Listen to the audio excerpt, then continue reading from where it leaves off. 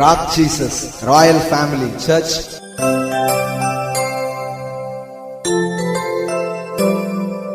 ஒரு ஊரே ஒரு தேசமே எப்படி இருக்க முடியும்? ஆரோக்கியம் உள்ளதாக இருக்க முடியும். ஆரோக்கிய பட்டணம். வேதம் சொல்லுகிறது, நானே உன் பரிகாரியாகிய கர்த்தர். வியாதியை உன்ல இருந்து என்ன பண்ணுவேன்? விலக்குவேன். உன் தேசத்துல மலடு இருப்பதில்லை. உன் மிருக ஜீவன்களை கூட அது என்ன பண்ண போறதில்லை, இருக்க போறதே கிடையாது. ஒரு தேசத்தை விட்டு வியாதிகள் விலக வேண்டும் என்று கர்த்தர் விரும்புகிறார். ஆரோக்கியத்தை விரும்புகிற தேவன் ஒரு ஊரே ஒரு தேசமே எப்படி இருக்க முடியும்? ஆரோக்கியம் உள்ளதாக இருக்க முடியும். ஆரோக்கிய பட்டணம். அல்லேலூயா.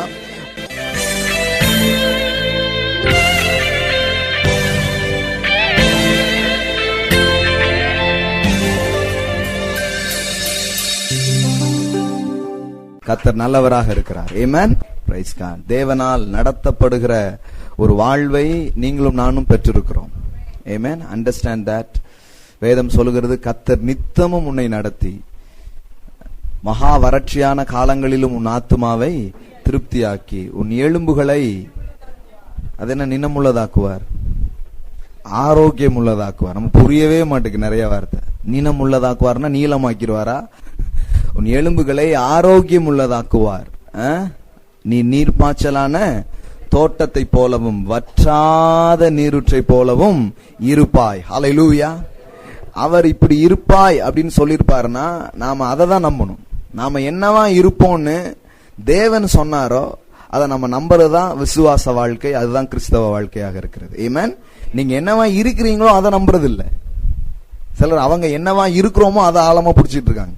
நான் என்னவா இருக்கிறேன் தெரியுமா, நான் என்ன கண்டிஷன்ல இருக்குன்னு தெரியுமான்ட்டு அதை ரொம்ப ஆழமா பிடிச்சிட்டு இருக்கிறாங்க. சோ நீங்க என்னவா இருக்கிறீங்க அப்படிங்கிறது அல்ல கிறிஸ்தவ வாழ்க்கை. நீங்க என்னவா இருப்பீங்கன்னு தேவன் சொல்லி இருக்கிறாரோ அதை நீங்கள் பார்ப்பதும் விசுவாசிப்பதும் இப்ப இருக்கிற அந்த நிலையில இருந்து அவர் வச்சிருக்கிற அந்த நிலையை நோக்கி உங்கள் வாழ்க்கை போக ஆரம்பிக்கும். ஆமென். ஹல்லேலூயா. நீங்க வற்றாத நீரூற்றை போல் இருப்பீர்கள். ஆமென். ஆரோக்கியம் உங்களை வந்து சேரும் இயேசுவின் நாமத்தினாலே. ஆமென். ஹல்லேலூயா. உங்களுடைய பொக்கிஷங்கள் வற்றாது, உங்க களஞ்சியங்கள் குறையாது. உங்கள் மாப்பிசுகிற தொட்டியும் எண்ணெயும் ஆசீர்வதிக்க பத்திருக்கும். எடுக்க எடுக்க வந்து கொண்டே இருக்கிற வற்றாத நீரூற்றை போல் நீங்கள் இருப்பீர்கள். ஆமென். ஹல்லேலூயா. எல்லாம் சொல்லுங்க, நீரூற்றை போல் நான் இருப்பேன். அப்படின்னா என்ன அர்த்தம்? எவ்வளவு கோரினாலும் திருப்பி வந்துடும். இப்ப இருக்கிற காசு கொடுத்துட்டேன்னா என்ன ஆகும் பிரதர்? மறுபடியும் வரும். சிலர் பாருங்க, கொஞ்சம் காசை வச்சுக்கிட்டு 1000 கணக்கு போட்டுட்டு இருப்பாங்க. இது அதுக்கு பண்ணோம்னா இதுக்கு என்ன பண்ண? இல்ல இல்ல இல்ல இல்ல, நீங்கள் நீரூற்று என்று கர்த்தர் சொல்லி இருக்கிறார். ஹல்லேலூயா. இப்ப எடுத்து இந்த காரியங்களுக்காக நீங்க செய்யும் போது அந்த காரியத்தை செய்யறதுக்கு வேண்டியது மீண்டும் சுரக்கும், மீண்டும் வர ஆரம்பிக்கும். ஹல்லேலூயா.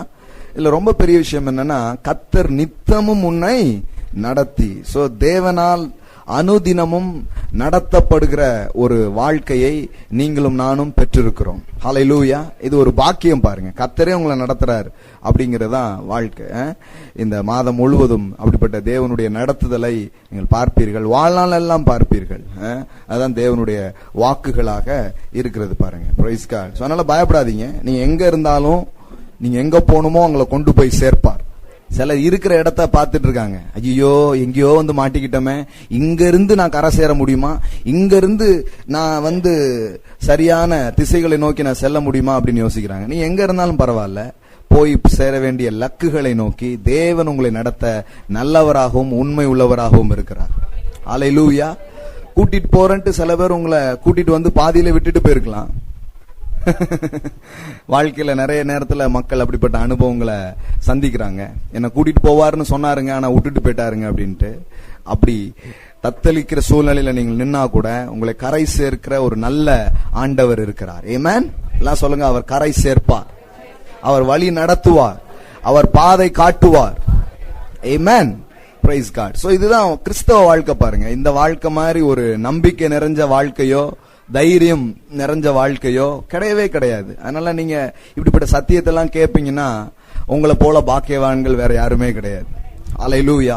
நீங்கள் பதிலை பெற்று விட்டீர்கள்.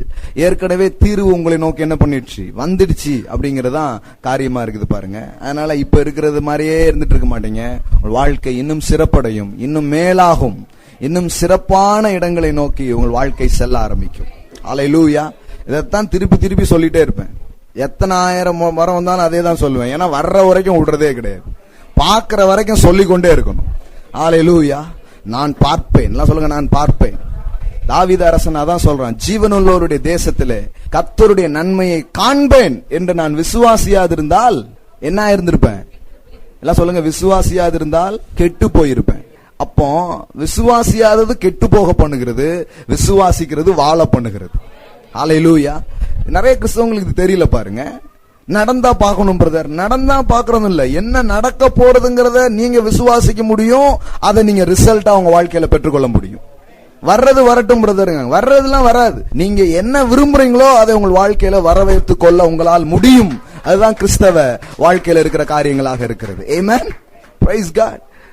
அப்ப பாருங்க, ஏனோ தானோன்னு வாழ்றது கிடையாது. நீங்க சில காரியங்களை விரும்ப முடியும். கர்த்தருடைய வார்த்தையின் அடிப்படையில் நான் இப்படி எல்லாம் இருக்க போகிறேன், இப்படி எல்லாம் என் ஆரோக்கியம் இருக்கும், இப்படி எல்லாம் என் பொருளாதாரம் இருக்கும், இப்படி எல்லாம் என் பிள்ளைகள் இருப்பார்கள், இப்படி எல்லாம் என் தொழில் இருக்கும், இப்படி எல்லாம் என் கணவர் இருப்பார், இப்படி எல்லாம் என் மனைவி இருப்பார், இப்படி எல்லாம் என்னுடைய தேசம் இருக்கும். தேசத்தை குறித்தும் கனவு காணலாங்க. இப்படியெல்லாம் என் தேசத்தின் அரசியல் இருக்கும், இப்படியெல்லாம் என் தேசத்தின் கல்விகள் இருக்கும், இப்படியெல்லாம் என் தேசத்தின் கலாச்சாரம் இருக்கும் என்று நீங்கள் தேவனுடைய வார்த்தையின் அடிப்படையில் விசுவாசிக்க ஆரம்பிச்சீங்கன்னு சொன்னீங்கன்னா புது உலகங்களே இங்கு உருவாக ஆரம்பிக்கும். ஹல்லேலூயா. You can create a new world. ஹல்லேலூயா. எல்லாம் சொல்லுங்க, புது உலகங்கள் உண்டாக ஆரம்பிக்கும். ஆமென்.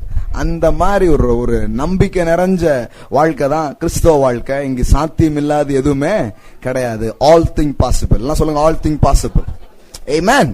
சோ அதனால ஸ்டார்ட் பண்ணும்போதே நம்பிக்கையோட ஸ்டார்ட் பண்ணலாம், விசுவாசத்தோடு ஸ்டார்ட் பண்ணலாம். அதனாலதான் அந்த வார்த்தைகளை நான் உங்களுக்கு சொன்னேன். தெய்வீக சந்திப்புகள் உங்கள் வாழ்க்கையில நிகழ்வதாக, சில டிவைன் என்கவுண்டர்ஸ் உங்க லைஃப்ல வருவதாக அப்படின்னு சொல்லி நான் வாழ்த்துறேன், உங்களை ஆசீர்வதிக்கிறேன். ஆமென். ஒருவரும் பூட்டக்கூடாதபடி திறக்கிறவரும், ஒருவரும் திறக்க கூடாதபடி பூட்டுகிறவருமா இருக்கிற தேவன். கர்த்தர் திறந்தா அதை பூட்டுபவன் யார்? ஹல்லேலூயா. அதனாலதான் நம்ம கர்த்தர்கிட்ட எதிர்பார்க்கணும் பாருங்க.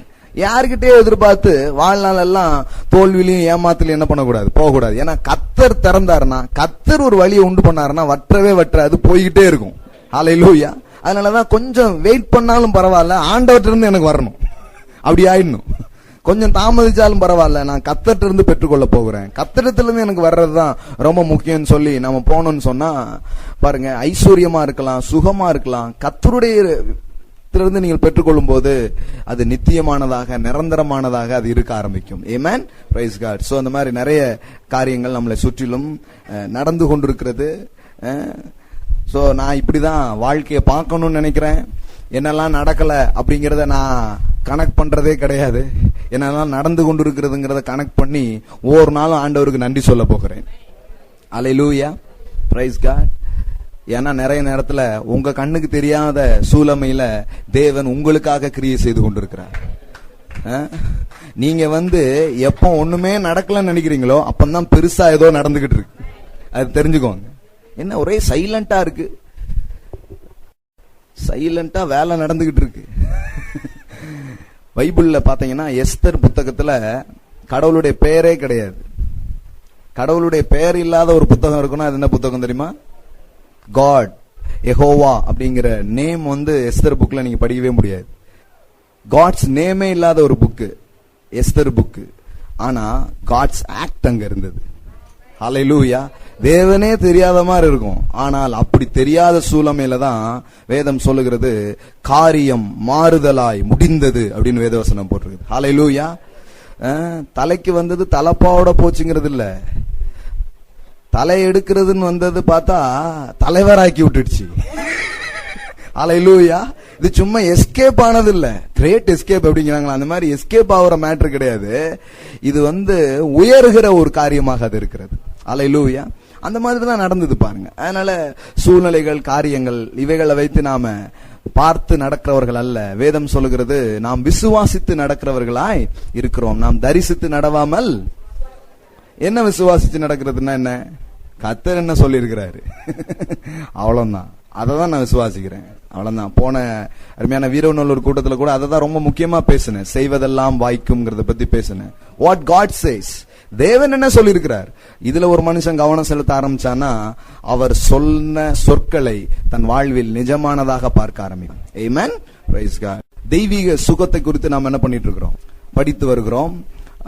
எப்படி இந்த சுகம் நம்முடைய வாழ்க்கையில கிரியை செய்கிறது, சுகத்தை நாம் எப்படி வாழலாம், சுகத்தை நாம் எப்படி பெற்றுக்கொள்வது, சுகத்திலே எப்படிப்பட்ட நிலைகள் எல்லாம் இருக்கிறது அப்படிங்கறதெல்லாம் போன வாரம் நம்ம என்ன பண்ணோம், பார்த்தோம். சோ இந்த வாரம் இன்னும் நிறைய காரியங்கள் நாம பார்க்க போகிறோம், படிக்க போகிறோம்.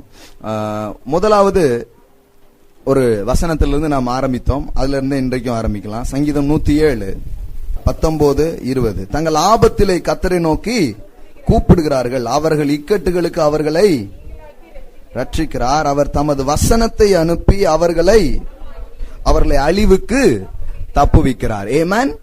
சோ தெய்வீக சுகத்தை குறித்து நாம் பேச ஆரம்பிக்கும் போது என்ன பேசணும்னா, தேவன் எவ்விதமாக வாழ்விலே அவருடைய கிரியைகளை செய்கிறார் அப்படிங்கிறது தான் முதல்ல நான் உங்களுக்கு சொன்னேன். தேவனுடைய கிரியை நம்முடைய வாழ்க்கையில எப்படி நடக்குது, கர்த்தர் எப்படி நம்முடைய வாழ்க்கையில அற்புதங்களை செய்கிறார், கர்த்தருடைய செயல் நம்முடைய வாழ்க்கையில எந்த விதத்தில் வருகிறது அப்படிங்கறது உங்களுக்கு முதல்ல சொன்னேன். அது என்ன விதம்? வார்த்தை. எல்லாம் சொல்லுங்க வார்த்தை. எல்லாம் சொல்லுங்க வார்த்தையை அனுப்புகிறார். நீங்க அதுதான் பாருங்க, கர்த்தரிடத்துல இருந்து ஒரு வார்த்தை உங்களுக்கு வரும்னா அங்கிருந்து தான் எல்லாமே ஆரம்பிக்குது. ஆமென். அங்கிருந்து தான் ஒரு ஊழியம், அங்கிருந்து தான் ஒரு குடும்பம், அங்கிருந்து தான் நல்ல எதிர்காலங்கள் துவங்க ஆரம்பிக்கிறது. தேவனுடைய வார்த்தை. அதனாலதான் வேதம் சொல்லுகிறது, ஆதியிலே அதை இப்படி மாத்தி போடலாம், எதுவும் இல்லாத போது என்ன இருந்துச்சு. சிலர் அதான் சொல்றாங்க, எதுவுமே இல்லைங்க. எதுவுமே இல்லைங்கிறது பிரச்சனை இல்லை, வார்த்தை இருக்கா. எதுவுமே இல்லைங்கிறது பிரச்சனை கிடையாது, வார்த்தை இருக்கா. வார்த்தை இருந்ததுன்னா எல்லாவற்றையும் மறுபடியும் கொண்டு வர முடியும். அல்லேலூயா. வார்த்தை இருந்தால் புதிய துவக்கங்கள் இருக்கிறது. மீண்டும் உங்கள் எதிர்காலங்களை நீங்க என்ன பண்ண முடியும், ஆரம்பிக்க முடியும் பாருங்க. சோ அதனாலதான் வார்த்தை அவர் என்ன பண்றாரு, அனுப்புகிறார், அதன் வழியாக அவர் கிரியை செய்கிறார் அப்படின்னு சொல்லி நாம் படிச்சோம். ஏசாயா இதெல்லாமே நம்ம ஏற்கனவே பார்த்துட்டோம். நீதிமொழிகள் 4:20 என் மகனே, என் வார்த்தைகளை, என் வசனங்களுக்கு அவைகள் உன் கண்களை விட்டு அவைகளை உன் இருதயத்துக்குள்ளே பிடிக்கிறவர்களுக்கு அவைகள் ஜீவனும் அவர்கள் உடலுக்கெல்லாம் ஆரோக்கியமுமாம். பாருங்க, வார்த்தையை ஒரு மனிதன் கேட்க ஆரம்பிக்கிறான், வார்த்தை ஒரு மனிதனுக்குள்ளே செல்ல ஆரம்பிக்கிறது. தேவனுடைய வார்த்தை ஒருவருக்குள்ளே செல்ல செல்ல என்ன நடக்குதுன்னு சொன்னா, உள்ளே செல்லுகிற வார்த்தை சுகமாக வெளியில என்ன பண்ண ஆரம்பிக்குது, வர ஆரம்பிக்குது பாருங்க. அப்ப வசனங்களே உங்களை என்ன ஆக்கக்கூடிய ஒன்றாக இருக்கிறது, சுகமாக்கக்கூடிய ஒன்றாக இருக்கிறது. It's a God's medicine bottle. தேவனுடைய மருந்து புட்டி. தேவனுடைய இந்த பேசேஜ நிறைய பேர் சொல்றாங்க, இது தேவனுடைய மருந்து புட்டி அப்படின்னு சொல்றாங்க. டெரிக் பிரின்ஸ் போன்ற வேதாகம வல்லுநர்கள் அப்படிதான் இதை அழைக்கிறாங்க. இது it's a God's medicine bottle அப்படின்னு சொல்றாங்க. என்ன மெடிசன்? தேவனுடைய வார்த்தைகள் ஒரு மனிதனுக்குள்ளே செல்லும் பொழுது அந்த வார்த்தையை அவன் என்ன பண்ண ஆரம்பிக்குதான், சுகமாக ஆரம்பிக்கிறது அப்படிங்கறத விஷயம். சரி, இதெல்லாம் தேவனுடைய மெத்தட்ஸ் ஆபரேஷன் அப்படின்னு நான் உங்களுக்கு சொன்னேன். God's method of operation. தேவன் எந்த வழியில செயல்படுகிறார் அப்படிங்கிறது உங்களுக்கு தெரிஞ்சாதான் நீங்க அவருடைய அந்த காரியங்களை நீங்க கண்டுகொள்ளவும் அதை உங்க வாழ்க்கையில பெற்றுக்கொள்ளவும் முடியும். பாருங்க, கடவுளுடைய வழி என்னங்க, எனக்கு தெரியவே இல்லைங்க நினைச்சு கூடாது. கடவுளுடைய வழி என்ன வழி? வார்த்தையின் வழி. அவர் வார்த்தை அனுப்புவாரு. அந்த வார்த்தை காதுகளில் கேட்கும் போது, இருதயங்களுக்குள்ளே செல்லும் போது, உள்ளம் அதை நம்பும் பொழுது அது நிஜமானதாக வாழ்க்கையில் மாற ஆரம்பிக்கும். அல்லேலூயா. இதுதான் இது ரொம்ப ஆழமா ஆயிடணும். வேற எந்த விதத்திலேயாவது நடக்குமான்னு தேடிக்கிட்டே கூடாது. பாருங்க, இந்த விதத்துல தான் நடக்கணும். மக்கள் இந்த விதத்திலே காரியங்கள் நடக்கிறதே அவர்கள் நம்ப பழகாததினாலே அவர்கள் என்ன நினைக்கிறாங்க, ஏதோ ஒரு கூட்டத்துக்கு போவோம், அங்க ஏதோ ஒரு பிரசங்கியாரு என் மேல கை வைப்பாரு, எல்லாமே மாறிடும் அப்படின்னு நினைக்கிறாங்க. பிரசங்கியார் கை வைக்கிறதுனால சிலது நடக்குது உண்மைதான், சில மாற்றங்கள் வர்றது உண்மைதான். ஆனால் வார்த்தை தருகிறது போல நிரந்தரமான மாற்றத்தை எதுவும் தருவதில்லை. அல்லேலூயா. அடுத்தால பிரச்சனை வந்தானா அடுத்தால ஒரு பிரசங்கியாரை தேடிட்டு இருக்கணும். அடுத்தால ஒரு கூட்டத்துக்கு போகணும், அடுத்தால யாரடா கை வைப்பாங்கன்னு சொல்லி என்ன பண்ணிருக்கணும், காத்திருக்கணும். பாருங்க, சில நேரத்தில் சில காரியங்களில் மாட்டிக்கொண்டு தவித்து கொண்டு இருக்கும் பொழுது ஜனங்களுக்கு விடுதலைக்காகவும் ஜனங்களுக்கு அதுல இருந்து வெளியே வரவும் உதவும்படியாக நாம் சில காரியங்கள் செய்ய வேண்டியது இருக்கிறது. நம்முடைய சபைக்கு சிலர் புதுசா காலையில எல்லாம் வந்துகிட்டு இருக்காங்க. அப்போ ஒரு நாள் காலை ஆராதனை நடத்திட்டு இருக்கும்போது ஹோலி ஸ்பிரிட் ஒரு விஷயத்தை ரிமெம்பர் பண்ணாரு. இன்னைக்கு கூப்பிட்டு சிலருக்காக ஜெபம் பண்ணுன்னு சொன்னார். சோ நான் என்ன பண்ணேன்னா, முன்னாடி கூப்பிட்டு அன்னைக்கு ஒரு 3 பேர் வந்தாங்க. அன்னைக்கு அவங்களுக்காக அவங்க தலையில கை வச்சு அன்னைக்கு ஜெபம் பண்ணேன். அவங்க 3 months தூங்காமலே இருந்தவங்க அன்னைக்கு இரவு தான் முதல்ல நல்லா தூங்குனாங்களாம். அல்லேலூயா. அவங்க ஒரு பெரிய டிப்ரெஷன்ல, ஒரு பெரிய அழுத்தத்துல வந்தாங்க. அன்னைக்கு ஜெபம் செய்வதின் மூலம், பரிசுத்த ஆவியானவருடைய உதவியின் மூலம் அவங்கள வெளியே வருவதற்கு நாம அவங்களுக்கு ஊழியம் செய்தோம். அவங்களுக்கு என்ன கேள்வினா, பாஸ்டர் அன்னைக்கு ஒரு நாள் தான் நீங்க அப்படி செஞ்சு பார்த்திருக்கேன், 6 மாசத்துல நீங்க ஒருபோதும் அப்படி செய்யவே இல்லையே அப்படின்னாங்க. நாங்க அதை நம்புறோம், ஆனா இதை தான் முக்கியப்படுத்துகிறோம். அல்லேலூயா. அப்படி கை வைக்கலாமா? வைக்கலாம். உங்களுக்கு ஜெபம் பண்ணணுமா? நிச்சயமா ஜெபம் பண்ணலாம், தப்பே கிடையாது. அவ்வளவுதான் உங்க விசுவாச லெவல் இருக்குன்னா செய்யறது ஒன்னும் தப்பு இல்ல. என்னால நான் மாட்டிக்கிட்டு இருக்கிறேன், சிக்கிக்கிட்டு இருக்கேன்னா சில எல்லாம் பண்ணலாம். சிலர் 2ஐயும் போட்டு குழப்பிட்டு இருப்பாங்க பாருங்க. பட் ஆனா நாம் விசுவாசத்திலே வளருவதை கர்த்தர் என்ன பண்ணுகிறார், விரும்புகிறார். நீ வார்த்தையை கேட்டு வார்த்தையை விசுவாசிச்சேன்னு சொன்னா வார்த்தையே உன் வாழ்விலே மாற்றங்களையும் அற்புதங்களையும் சுகங்களையும் கொண்டு வர ஆரம்பிக்கும். அல்லேலூயா. அந்த ஸ்டேஜுக்கு நாம போறது ஒரு மெச்சூரிட்டியான ஸ்டேஜ்னு இயேசுவே சொன்னாருன்னு உங்களுக்கு காண்பிச்சேன். இயேசு யார பாராட்டினாரு? 100க்கு எத்தனையோ பேர் இயேசுவை வீட்டுக்கு கூப்பிட்டாங்க. அவங்க எல்லாம் பாராட்டினாரா? பரவாயில்ல, என்ன வீட்டுக்கு கூப்பிட்டான் பாரு அப்படின்னு சொல்லி அவங்க எல்லாம் அவர் என்ன பண்ணல, பாராட்டல. யார பாராட்டுறாரு? ஒரு வார்த்தை மாத்திரம், என் வேலைக்காரன் சொஸ்தமாவான். அப்போ ஆண்டவர் சொன்னாரு, உன் விசுவாசம் ரொம்ப பெருசு. ஏன்னா இவனுக்கு என்ன விளங்கிடுச்சு, தேவனுடைய வார்த்தையை நான் நம்பினாலே எனக்கு சுகம் உண்டாகும் என்று அவன் நம்ப ஆரம்பிச்சான். அல்லேலூயா. அதுதான் ஒரு பிரசங்கியார்கிட்டையும் அதுதான் எதிர்பார்க்கணும். பாருங்க, பிரசங்கியார் எதுக்கு இருக்கிறாரு? இன்னைக்கு பிரசங்கியார்களுக்கும் தெரியறது இல்ல நம்ம எதுக்கு இருக்கிறோம்ட்டு, ஜனங்களுக்கும் அது தெரியறது இல்ல. அதனால ரெண்டுமே வேற மாதிரி ஆயிடுச்சு. எதுக்கு இருக்கிறோம்? இந்த வார்த்தை கொடுக்கறதுக்காக இருக்கிறோம். இந்த வார்த்தையை ஒரு மனுஷன் கேட்கறதன் மூலம், அதை விசுவாசிப்பதன் மூலம் வாழ்க்கையில் நிரந்தரமான மாற்றங்கள் வருகிறது. ஆசாரியின் உதடுகளில் என்ன தேடுவாங்க? வேதத்தை தேடுவார்களே. அப்போ ஒரு பிரசங்கியாரு இருந்து வர வேண்டியது என்னன்னா, அவர் வாயிலிருந்து என்ன வரணும்? தேவனுடைய வார்த்தைகள் வர வேண்டும். அந்த வார்த்தைகளை கேட்டு விசுவாசிப்பதால் வாழ்க்கையில மாற்றங்களை நான் பார்க்க முடியும். பாருங்க, சில பேர் இதெல்லாம் கத்துக்கல. கிறிஸ்தவத்துல இது ரொம்ப அந்நிய காரியமாவே இருக்கு. என்ன பண்ணிட்டாங்கன்னா, இந்த மாதிரி மெத்தடெல்லாம் அவங்க பயிற்சி பண்ணல. அவங்க என்ன நினைக்கிறாங்கன்னா, பிரசங்கெல்லாம் முடியட்டும், கடைசியில பிரசங்கியார் நமக்காக என்ன பண்ணுவாரு, ஜெபம் பண்ணுவாருன்னு உட்கார்ந்துட்டு இருக்கிறாங்க. இப்ப நம்ம நடத்துற கூட்டங்கள்லயே நிறைய பேருக்கு விளங்க ஆரம்பிச்சிருச்சு. என்ன விளங்க ஆரம்பிச்சிருச்சுன்னா, இல்ல இப்படி ஜெபம் வாரம் தான் ஜெபம் பண்ணிட்டு இருக்கோம், மாசம் தான் ஜெபம் பண்ணிட்டு இருக்கோம். ஆனா இதுக்கெல்லாம் போக கூடாது. இந்த கேசட்டை வாங்கணும், இந்த சிடியை வாங்கணும், இந்த செய்தியெல்லாம் கேட்கணும். இதை கேட்டா பெரிய மாற்றம் வருங்கிறது இப்ப ஜனங்களுக்கு தெரிய ஆரம்பிச்சிருச்சு. அல்லேலூயா.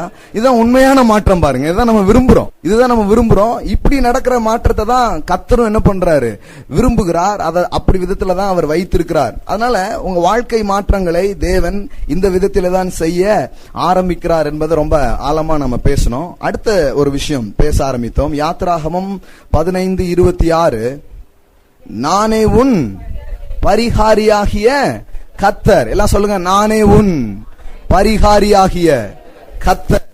கர்த்தர் தாம் யார் என்பதை அவர்களுக்கு வெளிப்படுத்துகிறார். தேவன் தான் என்னவாக இருக்கிறார் என்பதை பற்றிய வெளிப்பாடுகளை ஏன் அவர் தராரு அப்படின்னு சொன்னா, நீங்க என்னவா இருக்க வேண்டும் என்பது அவர் என்னவா இருக்கிறார் என்பதிலிருந்து வருகிறது. அல்லேலூயா. எத்தனை பேருக்கு புரிஞ்சுச்சு? மறுபடியும் சொல்றேன். இத ஒரு 2 வாரத்துக்கு முன்னாடி பேசணும். நான் இருக்கிறது அவர் என்னவா இருக்கிறாரோ அதனாலதான் நான் என்ன பண்றேன், இருக்கிறேன். அப்ப கர்த்தர் என்னவா இருக்கிறாரு? நானே உன் கர்த்தர், நானே உன் மருத்துவர், நானே உன்னை குணமாக்குகிறவர் என்று அவர் இருக்கிறதினாலே, குணமாக்குகிறவராய் அவர் இருக்கிறதினாலே சுகமாய் இருக்கிற வாழ்வு என்பது அதிலிருந்து வர ஆரம்பிக்கிறது. அல்லேலூயா. எல்லாம் சொல்லுங்க, கர்த்தர் என்னவா இருக்கிறாரோ அதிலிருந்து நான் என்னவா இருக்க போகிறேன் என்பது வருகிறது. அப்ப கர்த்தர் சுகமாக்குறவரா, அப்போ நான் ஆரோக்கியமா இருப்பேன். நான் நானாக இல்லைங்க, அவர் என்னவா இருக்கிறாரோ அதை வைத்து நான் இருக்கிறேன். அவர் குணமாக்குகிறவரா இருக்கிறதுனால நான் வியாதி இல்லாத ஒரு வாழ்க்கை வாழ்வேன். கர்த்தர் ஐஸ்வர்ய சம்பர்ணரா? அப்போ நீங்க ஐஸ்வர்யவானா இருக்கிறது எங்க இருந்து வருது? அவர் ஐஸ்வர்ய சம்பர்ணர் என்பதுனால அது வருகிறது. கர்த்தர் மெய்ப்பரா? கர்த்தர் என் மெய்ப்பரா இருக்கிறார். அதிலிருந்து தான் வருகிறது நான் தாழ்ச்சி அடையேன் என்கிற ஒரு வாழ்க்கை. ஹல்லேலூயா. இல்ல சொல்லுங்க, கர்த்தர் என்னவா இருக்கிறார்? அதிலிருந்து நான் என்னவாய் இருக்க வேண்டும் என்பது வர ஆரம்பிக்கிறது. உன்னை குணமாக்குகிற தேவன் நானே, நானே உன் பரிகாரியாகிய கர்த்தர். வியாதியை உன் மத்தியிலிருந்து நான் என்ன பண்ணுவேன்? விலக்குவேன். யாத்திராகமோ 23, 25, 26. தேவனாகிய கர்த்தரை சேவிக்க கடவீர்கள், அவர் உன் அப்பத்தையும் தண்ணீரையும் ஆசீர்வதிப்பார். வியாதியை உன்னிலிருந்து நான் என்ன பண்ணுவேன்? விலக்குவேன். கற்பம் விழுகிறதும் மலடும் உன் தேசத்தில் உன் ஆயுசு நாட்களை பூரணப்படுத்துவேன். ஹல்லேலூயா. கர்த்தர் எந்த மாதிரி காரியத்தை செய்கிறவரா இருக்கிறார்னா, இங்க பாருங்க, கற்பம் விழுகிறதும் மலடும் உன் தேசத்தில். சுகங்கிறது ஒரு தனிப்பட்ட ஆளுக்கு வருமா வராதான்னு கேள்வியில இருக்கிறாங்க. ஆனா இந்த வசனத்தை பாருங்க, உன் தேசத்திலேயே கற்பம் விழுகிறதும் மலடும் இருப்பதில்லை அப்படிங்கிறார். கர்த்தருடைய உள்ளம் எவ்வளவு தூரம் போது பாருங்க. ஒரு ஊரே, ஒரு தேசமே எப்படி இருக்க முடியும்? ஆரோக்கியம் உள்ளதாக இருக்க முடியும். ஹல்லேலூயா. எல்லாம் சொல்லுங்க, ஆரோக்கிய பட்டணம். பாருங்க, இந்த மாதிரி ஐடியா எல்லாம் கர்த்தர்கிட்ட இருந்து தான் வரும். அரசாங்கமும் இன்னும் மற்ற அரசு இதுல இருக்கக்கூடிய பலவிதமான நிர்வாகங்களும் வியாதியே இல்லாத ஆரோக்கியமான இதை தரத்துக்கு முயற்சி பண்றாங்க. நல்ல விஷயம் தான். நிறைய விளம்பரங்கள்லாம் படுத்துறாங்க, சுத்தமா இருக்கணும், அப்புறம் வியாதி எல்லாம் வரக்கூடாது, டெங்குவை ஒழிப்போம், அப்புறம் போலியோ இருக்கக்கூடாது, HIV இருக்கக்கூடாது, இப்படி வியாதி எல்லாம் இருக்கக்கூடாதுன்னு தான் அரசாங்கம் கூட என்ன பண்ணுது, நினைக்குது. ஆனா இது கர்த்தருடைய ஐடியாவா இருக்குது பாருங்க. ஹல்லேலூயா. கர்த்தருடைய ஐடியா என்ன? உன் தேசத்துல மலடு இருப்பதில்லை. எப்படி போட்டிருக்கு பாருங்க. இன்னொரு பேசேஜ் உங்களுக்கு காமிக்கிறேன், இன்னும் ரொம்ப ஆச்சரியமா இருக்கும். உபாகமம் 28 பாருங்க, 28:4 பாருங்க. உன் கர்ப்பத்தின் கனியும் உன் நிலத்தின் கனியும் உன் மாடுகளின் பெருக்கமும் உன் ஆடுகளின் மந்தைகளுமாகிய உன் மிருக ஜீவன்களின் பலனும் ஆசீர்வதிக்கப்பட்டிருக்கும். அதாவது இது எப்படி சொல்லுதுன்னா, இந்த மலட்டு தன்மைங்கிறது எங்க இருக்காது? உன் தேசத்துல இருக்காது. அப்படின்னா மக்களுக்காக சொல்லி இருக்கிற ஆசீர்வாதம் போல அப்படின்னு நீங்க நினைக்கலாம். ஆனா அது மக்களுக்காக மட்டும் சொல்லல. 11வது வசனம் பாருங்க. உனக்கு கொடுப்பேன் என்று கர்த்தர் உன் பிதாக்களுக்கு ஆணையிட்ட தேசத்தில் கர்த்தர் உன் கர்ப்பத்தின் கனியிலும் உன் மிருக ஜீவன்களின் பலனிலும் உன் நிலத்தின் கனியிலும் உனக்கு பரிபூர்ண நன்மை உண்டாக கட்டளையிடுவார். அதாவது இந்த மலட்டு தன்மைங்கிறது உன் தேசத்துல இருக்காது, மக்கள் கிட்ட இருக்காது மட்டும் சொல்லல, உன்கிட்ட இருக்கிற மிருக ஜீவன்ல கூட அது இருக்கவே இருக்காது அப்படிங்கிற. ஹல்லேலூயா. யோசித்து பாருங்க, கர்த்தர் எந்த அளவுக்கு ஆரோக்கியத்தை விரும்புகிற தேவன் அப்படிங்கறத யோசிச்சு பாருங்க. இதெல்லாம் நாங்க சிந்திக்கணும். கர்த்தரை நீங்கள் என்னவாய் தியானிக்கிறீர்களோ, கர்த்தரை என்னவாய் நீங்கள் அறிகிறீர்களோ, அதுல இருந்துதான் உங்க வாழ்க்கையே வருது. இது புடிச்சுக்கோங்க, இது மாறாத ஒரு சத்தியம். கர்த்தரை நீங்க என்னவா பாக்குறீங்க, நீங்க என்னவா வாழ்ந்துட்டு இருக்கீங்கறத வச்சே கண்டுபிடிச்சிடலாம் நீங்க என்னவா அவரை பாத்தீங்க அப்படின்ட்டு. கர்த்தரை மக்கள் என்னென்னலாமோ பார்த்து வச்சிருக்காங்க. ஆனால் வேதம் சொல்லுகிறது, நானே உன் பரிகாரி ஆகிய கர்த்தர். வியாதியை உன்ல இருந்து என்ன பண்ணுவேன்? விலக்குவேன். உன் தேசத்துல மலடு இருப்பதில்லை, உன் மிருக ஜீவன்களை கூட அது என்ன பண்ண போறது இல்ல, இருக்க போறதே கிடையாது. ஒரு தேசத்தை விட்டு வியாதிகள் விலக வேண்டும் என்று கர்த்தர் விரும்புகிறார். அல்லேலூயா. ஒரு கிராமம், ஒரு சபை, இது எதுக்குள்ளேயும் இருக்கிறத கர்த்தர் என்ன பண்ணவே இல்லை, விரும்பவே இல்லை. இஸ்ரவேல் ஜனங்களை குறித்து வேதம் அப்படிதான் சொல்லுது பாருங்க. அப்படிதான் அவங்க இருந்தாங்கன்னு வேதவசனம் ரொம்ப ஆழமா சொல்லுது. சங்கீதம் பாருங்க, சங்கீதம் 105:37 பாருங்க. சங்கீதம் 105:37. இப்படிப்பட்ட தெய்வீக சுகத்தை குறித்த உறுதியான வார்த்தைகளை நாம் கேட்பதின் மூலம் தான் ஒரு விசுவாசம் நம்ம ஆவியில பிறக்கும் பாருங்க. அதுவே நம்மளை சுகமாக்கும். 37 பாருங்க. அப்பொழுது அவர்கள் வெள்ளியோடும் பொன்னோடும் அவர்கள் கோத்திரங்களில் அங்க யாரு கிடையாது, பலவீனப்பட்டவன் ஒருவனும் இல்லை. எல்லாம் சொல்லுங்க, ஒருவனும் இல்லை. அது என்னங்க, 20 லட்சம் பேர்ல ஒரு ஆளு கூட இல்லையா? யாராவது சில பேர் இருக்கலாமே. இல்ல இல்ல இல்ல, ரொம்ப தெளிவா போட்டிருக்குது. இது எதுக்கு இவ்வளவு ஆழமா சொல்ல வேண்டியது அவசியமா இருக்குன்னா, ஒருத்தர் கூட வியாதியா இல்ல. இதுல இதை விட இன்னும் சரியான விதத்தில் நம்ம பார்க்கணும்னா, பழைய ஏற்பாட்டில ஒரு ஆடு கிறிஸ்து வந்து மரிக்க போவதற்கு முன்னடையாளமாக அன்றைக்கு ஒரு ஆடு இருந்தது. அந்த ஆட்டின் பலியினாலே இவர்களுக்கு என்ன உண்டானது? மீட்பு உண்டானது. அந்த மீட்புக்கு கீழே வாழ்ந்த ஜனங்களுக்கு பொருளாதாரமும் தெய்வீக ஆரோக்கியம் அவர்களுக்கு இருந்தது. ஹெல்த் அண்ட் வெல்த் அவங்க என்ன பண்ணாங்க? பெற்றுக்கொண்டாங்க. இது பழைய ஏற்பாட்டிலே கிறிஸ்துவின் மீட்பையும் கிறிஸ்துவின் பலியையும் நிழலாட்டமாய் பார்த்தவர்கள் அதை இவ்வளவு நிஜமாய் அனுபவித்திருப்பார்கள் என்றால், இன்றைக்கு நிஜமாகவே கிறிஸ்து பலியாயிட்டாரு. இன்றைக்கு இது எந்த அளவுக்கு உண்மைங்கிறத நம்ம யோசித்து பார்க்க வேண்டியது இருக்கிறது. ஹல்லேலூயா, ஆமென். நீங்க உண்மையிலே இது உண்மை பாருங்க. அதனாலதான் புதிய ஏற்பாட்டுக்கு வரும்போது கூட தேவனுடைய சபை அன்னைக்கு வந்து ஒரு தேசம், ஒரு இனம் அப்படி இருந்தது. இன்னைக்கு புதிய ஏற்பாட்டுல விசுவாசிகளா தேவன் அழைத்திருக்கிறார். சபை அப்படின்னாலே என்ன அர்த்தம் நினைக்கிறீங்க? எக்லீசியா. எல்லாம் சொல்லுங்க எக்லீசியா. சபைக்கான கிரேக்க வார்த்தை எக்லீசியா. எல்லாம் சொல்லுங்க எக்லீசியா. எக்லீசியாங்கிற Greek word. Ecclesia means call out, அதாவது ஒரு நோக்கத்திற்காக அவர்கள் அழைக்கப்பட்டவர்கள். இப்படிப்பட்ட ஒரு கூட்டம் தான் சபை. பாருங்க, இந்த சபைன்னா வேற ஏதோ நினைச்சு கூடாது. தேவனால் அழைக்கப்பட்டவர்கள், தேவனால் மீட்கப்பட்டவர்கள், தேவனால் தெரிந்து கொள்ளப்பட்டவர்கள், அதுதான் சபை. பாருங்க, அப்ப அந்த சபையை குறித்து தேவன் பேசும்போது புதிய ஏற்பாட்டுல கூட எப்படிப்பட்ட காரியங்கள் சொல்லப்பட்டிருக்குது பாருங்க. யாக்கோபு வெறும் இஸ்ரவேல் மக்கள் மட்டும்தான் அப்படி இருந்தாங்களா? இஸ்ரவேல் தேசம் மட்டும்தான் அப்படி இருந்ததா? புதிய ஏற்பாட்டு சபையை குறித்தும் இது உண்மையானதா இருக்குதா? யாக்கோபு 5:14 பாருங்க. உங்களில் ஒருவன், உங்களில் எத்தனை பேர் வியாதிப்பட்டால்? எல்லாம் சொல்லுங்க, ஒருவன். உங்களில் ஒருவன் வியாதிப்பட்டால் அவன் சபையின் மூப்பர்களை வரவழைப்பானாக. அவர்கள் கர்த்தருடைய நாமத்தினால் அவனுக்கு எண்ணெய் பூசி அவனுக்காக ஜெபம் பண்ண கடவர்கள். அப்பொழுது விசுவாசமுள்ள ஜெபம் பிணியாளியை ரட்சிக்கும். கர்த்தர் அவனை எழுப்புவார். அவன் பாவம் செய்தவனானால் அது அவனுக்கு மன்னிக்கப்படும். நல்லா கவனிங்க, இது வந்து சுகத்துக்கான ஒரு விதமான மெத்தட் பத்தி இங்க இருக்குது. அதெல்லாம் பத்தி நம்ம படிக்கலாம். ஹீலிங்ல என்னென்ன வகைகள் இருக்குங்கிறத படிக்கும்போது படிக்கலாம்.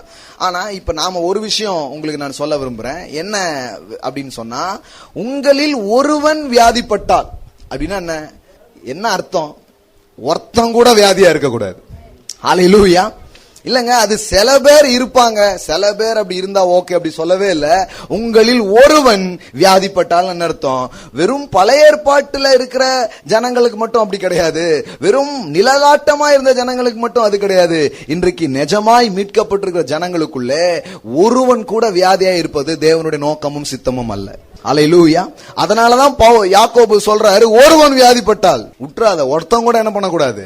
வியாதியா இருக்க கூடாது. ஏன் இன்னைக்கு இதெல்லாம் அழுத்தி பேசுறோம்னா, சிலர் என்ன சொல்றாங்கன்னா, சிலரை தேவன் சுகமாக்குகிறார், சிலரை தேவன் சுகமாக்குறது இல்லை.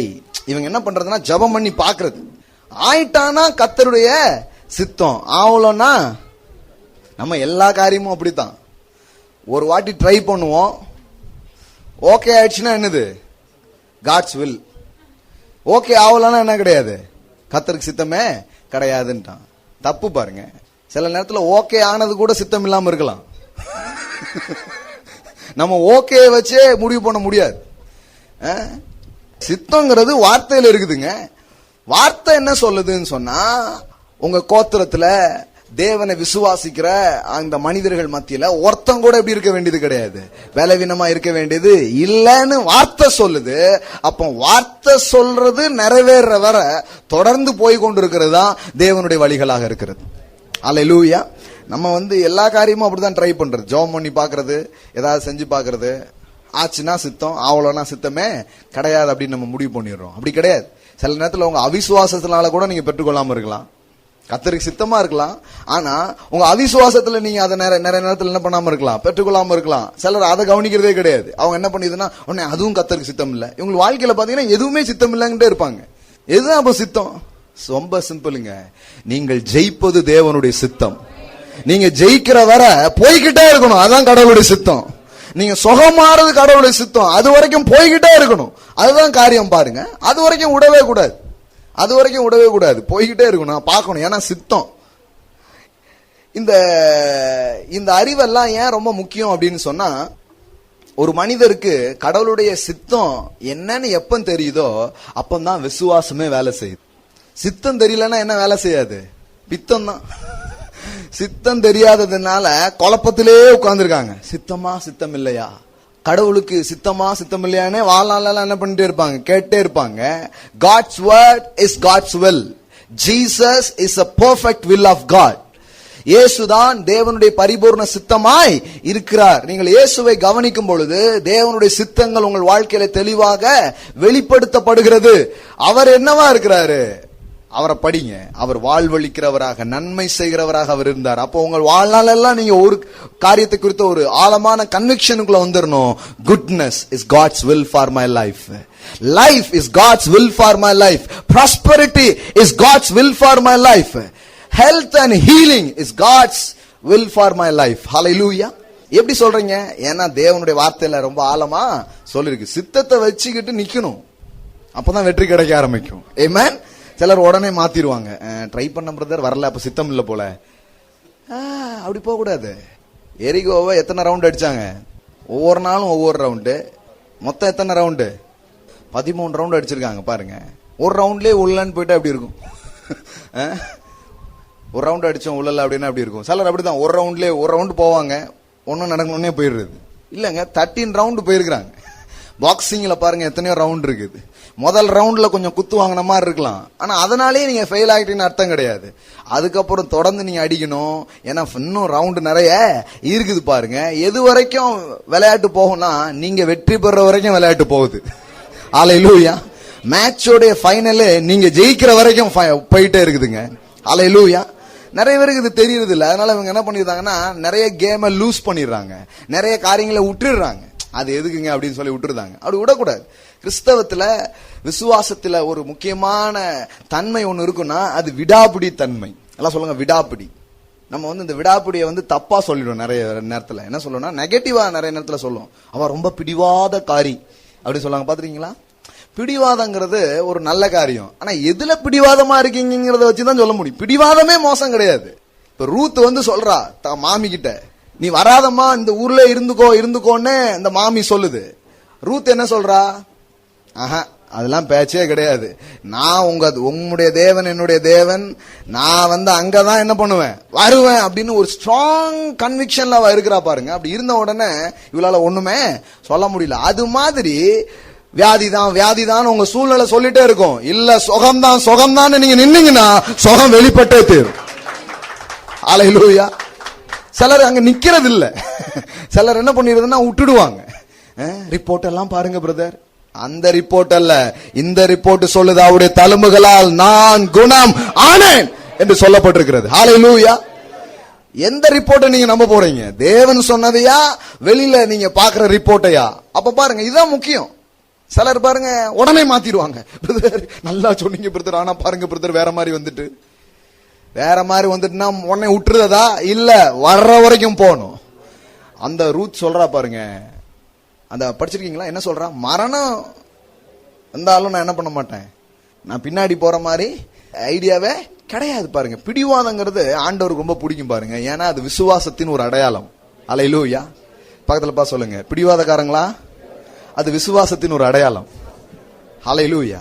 பிடிவாதமே தப்பு கிடையாது. எதுல பிடிவாதமா இருக்கீங்கன்னா ரொம்ப முக்கியம். தேவன் சொல்லி இருக்கிறார், நான் அதை பார்க்கும் வரை நான் விடுவதில்லைன்னு பிடிவாதமா இருந்தீங்கன்னா நல்ல பிடிவாதம்.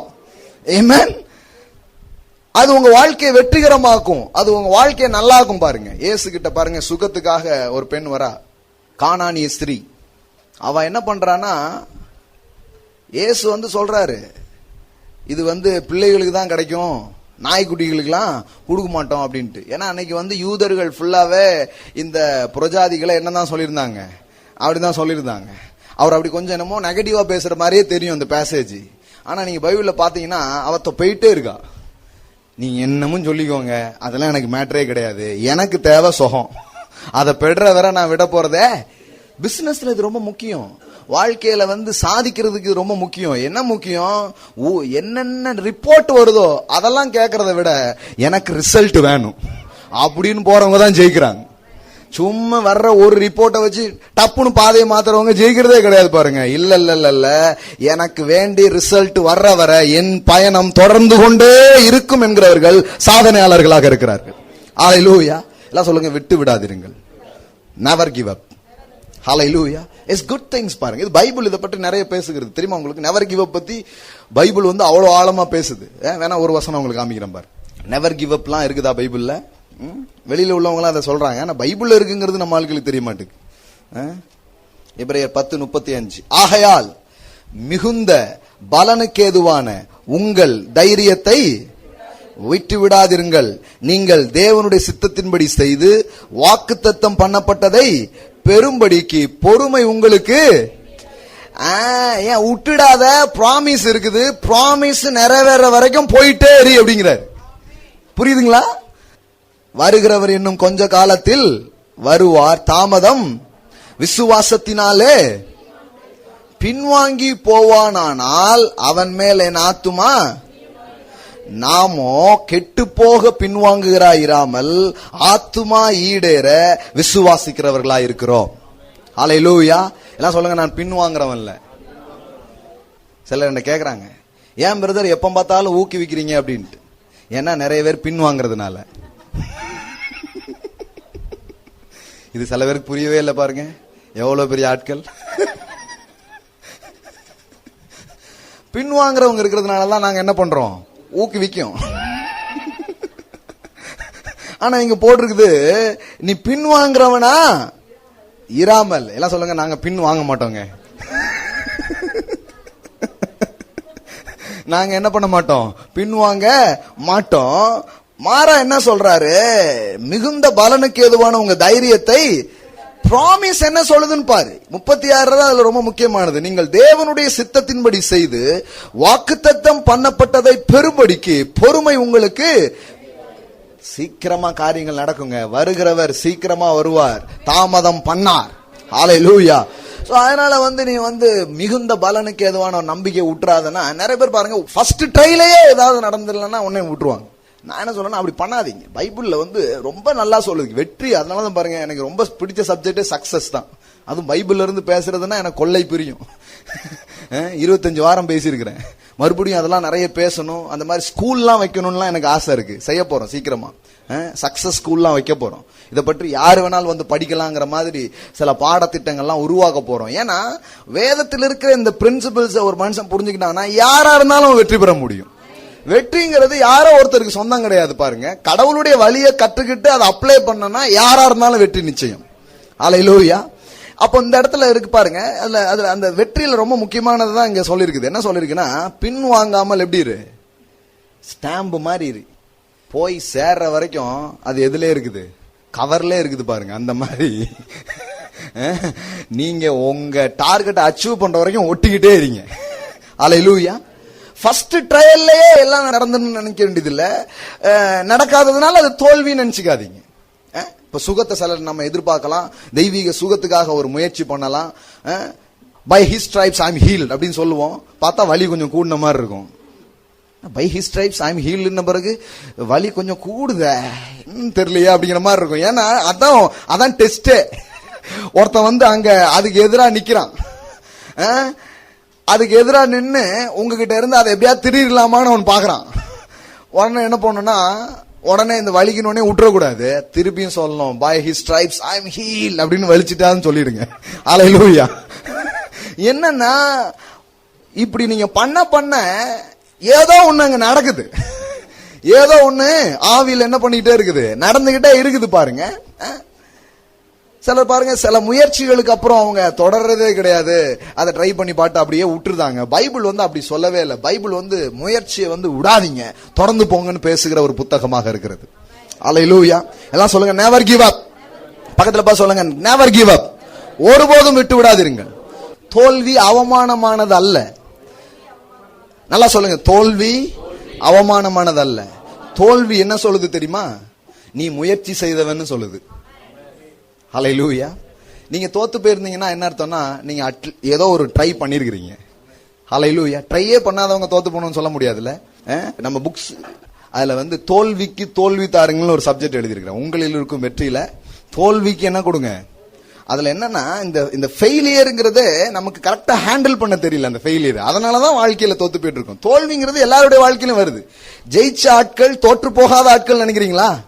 இல்ல இல்ல இல்ல, அவங்க தோல்வி எல்லாம் பார்த்திருக்காங்க. அவர்கள் தொடர்ந்து சென்றவர்கள், தோற்றவர்கள் தொடர்ந்து செல்லாதவர்கள். அவ்வளவுதான் வித்தியாசம். அல்லேலூயா. இந்த தங்கத்தை ஒரு காலத்துல தோண்டி அங்கங்க இருக்குன்னு எடுத்தாங்க பாருங்க. ஒருத்தர் என்ன பண்ணாருன்னா, தனக்கு இருந்த எல்லா சொத்துக்களையும் வித்து தங்கத்தை தோண்டி இருக்கிறார். அதுக்கான மிஷின்லாம் வாங்கிட்டு ஒரு குறிப்பிட்ட இடத்துல வச்சு தோண்டிக்கிட்டே இருந்திருக்கிறாரு. தோண்டிக்கிட்டே இருந்தா கடைசியில பார்த்தா எல்லாம் செலவாய் போச்சு. மிஷினுக்கு வாடகை கொடுத்து முடியல, சம்பளம் கொடுத்து முடியல. கடைசியில இது நமக்கு தேவையில்ல என்ன பண்ணிட்டாரு, விட்டுட்டாரு. அதை ஒருத்தர் வாங்கினார். வாங்கி அவர் தோண்ட ஆரம்பிச்சிருக்காரு. 9 அடியிலேயே தங்க இருந்திருக்கு. அல்லேலூயா. வெற்றி பெற்றவர்கள் எல்லாம் தோற்று போகாதவர்கள் அல்ல, அவர்கள் தொடர்ந்து சென்றவர்கள். பக்கத்துல பார்த்து சொல்லுங்க, வெற்றி பெற்றவர்கள் தோற்காதவர்கள் அல்ல, தொடர்ந்து சென்றவர்கள். தோல்வி அவமானமானதல்ல. ஹல்லேலூயா. So try it. ஹல்லேலூயா. உன்னை ட்ரை பண்ணுங்க, உன்னை செஞ்சு பாருங்க, தப்பே கிடையாது. வேதவசனம் சொல்லுது, நீதிமான் 7 முறை விழுந்தாலும், நீதிமான்னா விழவே மாட்டான்னு நினைக்கிறோம். ஆனா பைபிள்ல போட்டிருக்கு, நீதிமான் எத்தனை வாட்டி விழுந்துடுறானா? பூரணமா விழுதான். நீதிமான் 7 முறை விழுந்தாலும் அவன் என்ன பண்றான்? நீதிமான் அவன் பாருங்க, ட்ரை பண்ணி பாக்குறான், டக்குன்னு நடக்கல. அடுத்த ஆளையும் ட்ரை பண்றான், நடக்கல. அடுத்த ஆளையும் ட்ரை பண்றான், நடக்கல. இத்த ட்ரை நிறைய நீதிமான்கள் பண்ண மாட்டாங்க தெரியுமா உங்களுக்கு? கர்த்தருக்கு சித்தம் இல்லைன்னு போயிடுவாங்க.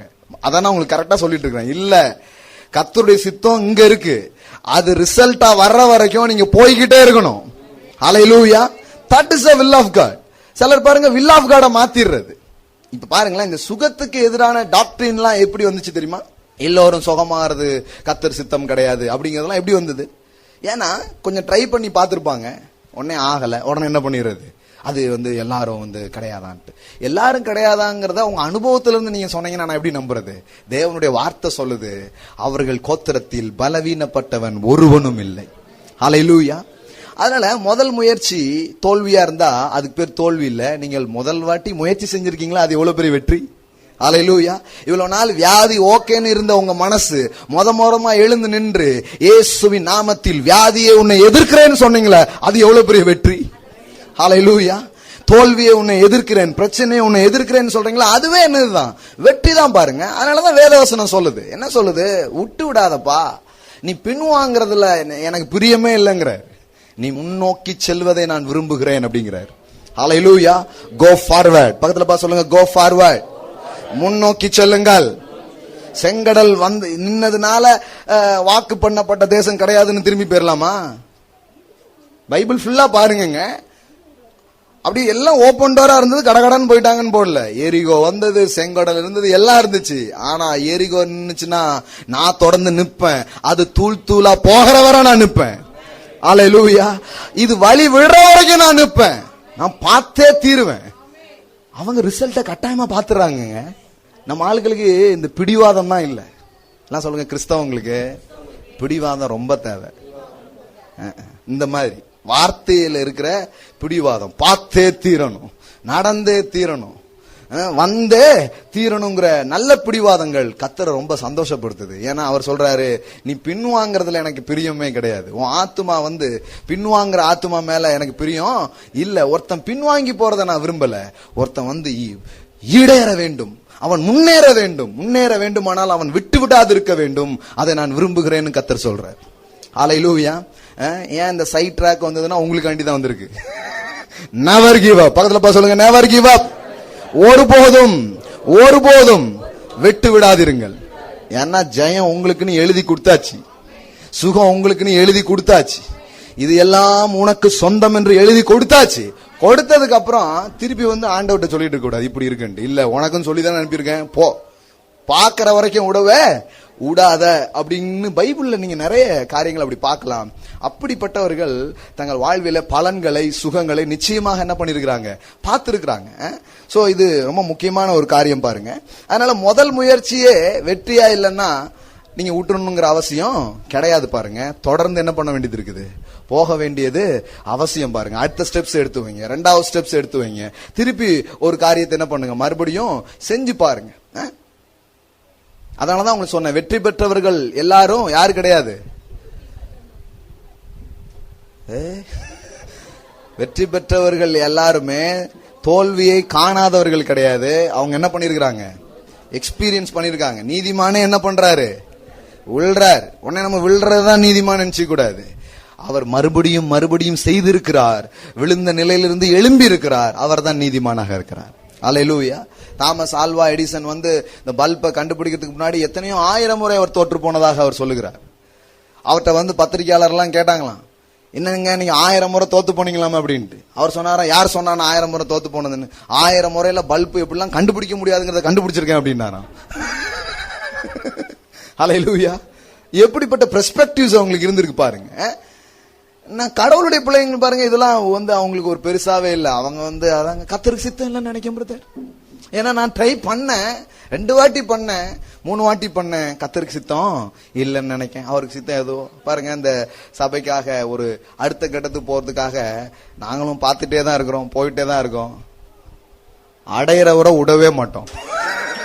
அல்லேலூயா. ஆமென். ஒரு நாள் என் மனசுல என்னடா இது கர்த்தருக்கு சித்தம் இல்லைன்னு யோசிக்க கிடையாது. ஏன்னா கர்த்தருக்கு சித்தம் எனக்கு என்னன்னு நல்லா தெரியும். நான் வலது புறமும் இடது புறமும் இடம் கொண்டு பெருக வேண்டும் என்பது அவருடைய சித்தமாக இருக்கிறது. ஆமென். என் பெருக்கம் தான் அவர் சித்தம். அதை நான் பார்க்கிற வரைக்கும் விடவே மாட்டேன். அல்லேலூயா. ஒருத்தர் இப்படி எல்லாம் பேசும்போது ஒருத்தர் கேட்டாரு, நீங்க என்னெல்லாமோ சொல்றீங்க பிரதர், அப்படி இப்படின்னு சொல்றீங்க, ரொம்ப ஆச்சரியமா இருக்கு, ஸ்டேடியம் எல்லாம் கட்ட போறீங்க, இங்க 1,00,000 பேர் இருக்கிற மாதிரி, இப்படி ஒண்ணு நடக்கவே இல்லைன்னா என்ன பண்ணுவீங்க அப்படின்னு சொல்லி கேட்டார். அப்படிலாம் கேட்கிற ஆளுக்கெல்லாம் இருக்கிறாங்க. நான் சொன்னேன், அடுத்த தலைமுறையாவது அதை பார்க்கலான்னு எழுதி வச்சுட்டு போவேன்னு சொல்லுவேன். அல்லேலூயா. அதுல எனக்கு ஒரு அவமானமும் கிடையாது. கனவு நிறைவேறவில்லை என்றால் அவமானமே கிடையாது, கனவே இல்லை என்றால் தான் அவமானம். ஹல்லேலூயா. உங்களுக்கு ட்ரீம் அச்சீவ் ஆகலைன்னா ஒன்னும் ஃபெயிலியர் கிடையாது. ட்ரீமே இல்லைன்னா தான் பெரிய ஃபெயிலியர். இன்னொன்னு என்ன தெரியுமா, ட்ரீம் வந்தாலே அச்சீவ்மெண்ட் வரும். ஹல்லேலூயா.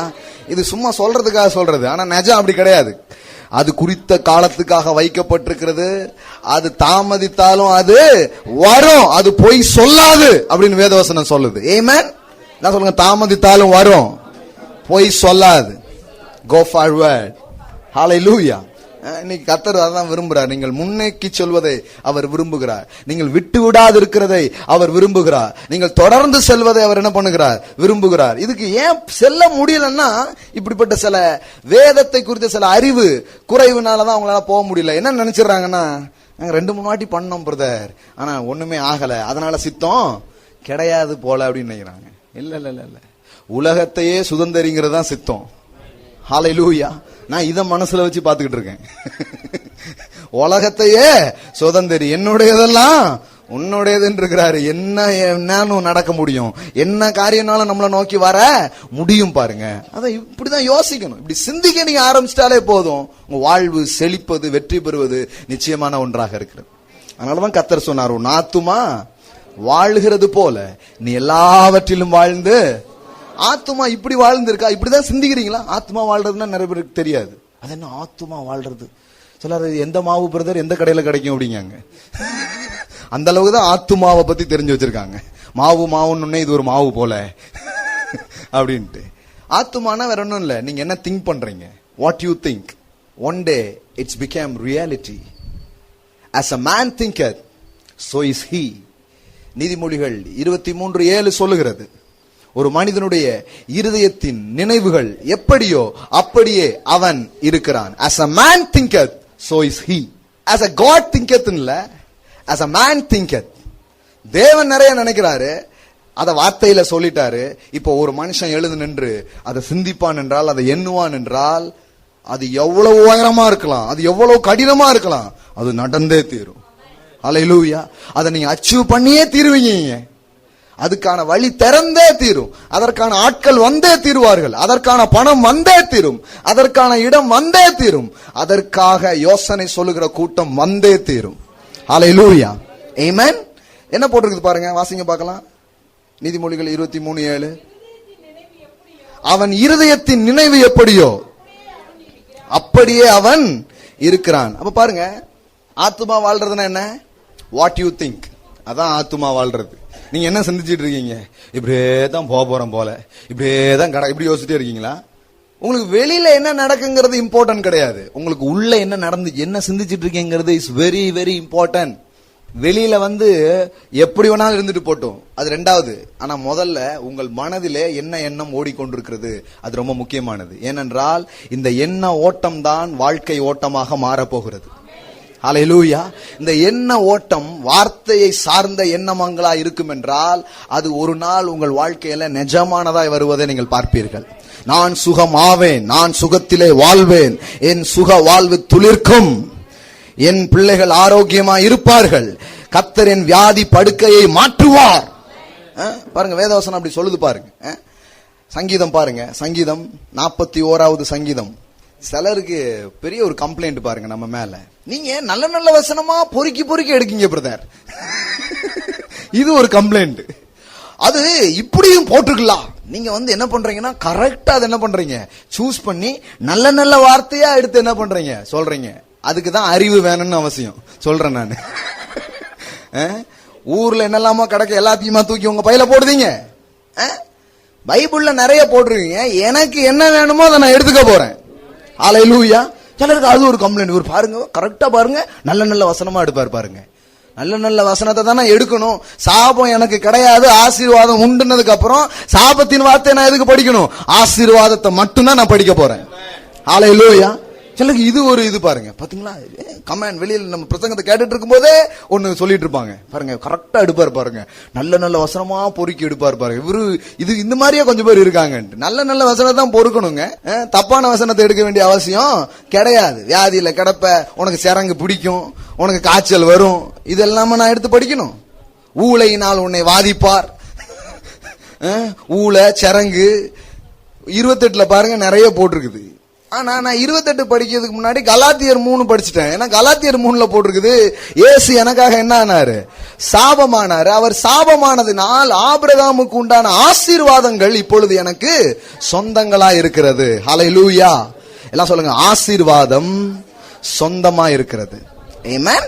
அப்ப கவனிங்க, அப்ப ஆசீர்வாதம் சொந்தம்னா அப்ப என்னதான் எடுக்கணும்?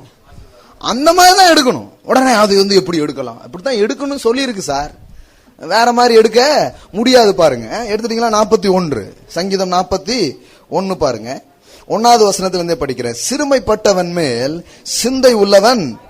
பாருங்க, எனக்கு பைபிள்ல ரொம்ப பிடிச்சது என்னன்னா, நான் நிறைய இந்த உலகத்துல இருக்கிற நிறைய புத்தகங்கள் படிக்கிற பழக்கம் முன்னாடி இருந்து எனக்கு உண்டு. பாருங்க, அவங்க எல்லாம் எப்படி வாழ்க்கையை தேடுறாங்க, எப்படி பதில கண்டடைறாங்க, இதெல்லாம் நான் படிக்கிறது உண்டு.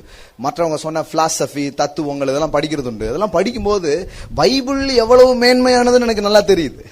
இங்க என்ன போட்டிருப்பாருங்க, சிந்தையை பற்றி வேதவசனம் பேசுது பாருங்க. சிறுமைப்பட்டவனுக்கு உதவி செய்கிறவன் போடல, சிறுமைப்பட்டவன் மேல் பாக்கியவான். எல்லாம் சொல்லுங்க, சிந்தை உள்ளவன் பாக்கியவான். உனக்கு அந்த மாதிரி திங்கிங் வந்துட்டுனாலே உன் வாழ்க்கையில அது நடந்துருங்கிறார் ஆண்டவர். ஹல்லேலூயா. உன் எண்ணத்துல உதயம் ஆயிட்டுனா உன் வாழ்க்கையில அது வெளியில வந்தே தீரும். ஹல்லேலூயா. சில சொல்றாங்க, அது அப்படி யோசிக்கிறவங்க கிட்ட ஒண்ணுமே இருக்க மாட்டேங்குது பிரதர். இல்ல, தப்பு. இங்க ஒரு அழகா போட்டிருக்குது, சிறுமைப்பட்டவன் மேல் பாக்கியவான், தீங்கு நாளில் கர்த்தர் அவனை விடுவிப்பார். எல்லாம் சொல்லுங்க, சிந்தை உள்ளவன் பாக்கியவான். சரி, கர்த்தர் அவனை பாதுகாத்து அவனை உயிரோட வைப்பார், பூமியில் அவன் பாருங்க எங்க பாக்கியவனா இருப்பான்? பரலோகத்திலயா? பைபிள் இப்படி பூமி பூமின்னு வந்தா நான் நோட்டு போட்டுருங்க, அண்டர்லைன் பண்ணிடணும் அதை. ஏன்னா எங்க பாக்கியவனா இருப்பான்னு போட்டிருக்கு. ஏன்னா 100ல 99 கிறிஸ்தவங்க நம்புறது கிடையாது பூமியில பாக்கியவானா இருப்போன்ட்டு. அங்கு நான் ஒரு நாள் செல்லுவேன், அங்கு கண்ணீர் இல்லைங்கிறத நம்புறாங்க. ஆனா பைபிள்ல அப்படி போடல. பைபிள் எப்படி போட்டிருக்குது? பூமியில் அவன் இருப்பான், அவன் சத்துருக்களின் இஷ்டத்திற்கு நீர் அவனை ஒப்புக்கொடீர். இப்ப 3வது வசனம் பாருங்க, படுக்கையின் மேல் வியாதியாய் கிடக்கிற அவனை கர்த்தர் தாங்குவார், அவனுடைய வியாதியிலே அவன் படுக்கை முழுவதையும் மாற்றி போடுவீர். ஹல்லேலூயா. ரொம்ப நாளா வியாதி படுக்கையில கிடக்கலாம், ஆனால் வேதவசனம் சொல்லுகிறது கர்த்தர் அந்த வியாதி படுக்கையை மாற்றுவார், படுக்கையை எடுத்துக்கொண்டு நட என்று சொல்லுகிற வாக்குகள் உங்களுக்கு உண்டாக ஆரம்பிக்கும். 32 வருஷம் அப்படித்தான் ஒருத்தன் கிடக்குறான், வியாதியாவே இருக்கிறான். இயேசு வந்து அவன்கிட்ட கேட்கிறாரு, நீ சுகமாக விரும்புறியா அப்படின்னு கேட்கிறாரு. அவன் என்ன சொல்றான், கொண்டு போய் விடுறதுக்கு யாருமே இல்ல ஆண்டவரே. யாராவது உங்களை பார்த்து ஆண்டவர் கேட்கிறாரு, நீ பணக்காரனா விரும்புறியா அப்படின்னு கேட்கிறாரு. உடனே நிறைய பேர் என்ன பதில் சொல்லுவாங்கன்னு நினைக்கிறீங்க? நான் படிக்கவே இல்லையே, எனக்கு யாரையுமே தெரியாத. ஆண்டவருடைய கேள்விகளுக்கு இப்படிதான் பதில் வைக்கிறாங்க. நீ உலகத்திலே ஒரு பெரிய சபையை நடத்துற போதகரா இருக்கணும் விரும்புறியா? அதுக்கு நான் பைபிள் காலேஜுக்கே போலையே. ஏதோ நீ வந்து ஒரு பெரிய தொழிலதிபரை வரணும் விரும்புறியா அப்படின்னு ஆண்டவர் கேட்டா என்ன பதில் சொல்லணும்? ஆமா ஆண்டவரே, உங்க விருப்பம் அதுன்னா நானும் அதுக்கு ஓகே அப்படிங்கணும். ஆனா நிறைய பேரு அதுக்கு வந்து நமக்கு ஆள் பழக்கம் இல்லல்ல, அதுக்கு வந்து நமக்கு அப்படி இல்லல்ல, அதுக்கு வந்து இதை தெரியாதுல்ல, இந்த கதையே தான் நம்ம அவர்கிட்ட வந்து பேசிட்டு இருக்கிறோம். கர்த்தர் வந்து இந்த இதெல்லாம் விடு, அவன் இல்ல இவன் எல்லாம் சொல்லாத, நானே உனக்கு உதவுறதுக்காக வந்திருக்கிறேன், இனிமே உனக்கு யாரு வரணும் அப்படின்னு கேட்கிறாரு. அல்லேலூயா. நீ சோகமாக விரும்புறியா அப்படின்னு கேட்கிறாரு. அவன் வந்து இதுதான் சொல்றான். கடைசியில் அவனுக்கு வந்து ஆண்டவர் வந்து தெய்வீக சுகத்தை கொடுக்கிறார். அவன் சொல்றாரு, உன் படுக்கை எடுத்துக்கொண்டு நட. இங்க வேதவசனம் சொல்லுது, கர்த்தர் வியாதி படுக்கை என்ன பண்றாராம், அந்த படுக்கையிலே இருந்து பரலோகம் வந்து சேர் அப்படின்னு சொல்லல. நிறைய பேர் படுக்கைக்கு போன உடனே இவங்க முடிவு பண்ணிடுறது, அலாரம் செட் பண்ணிடுவாங்க.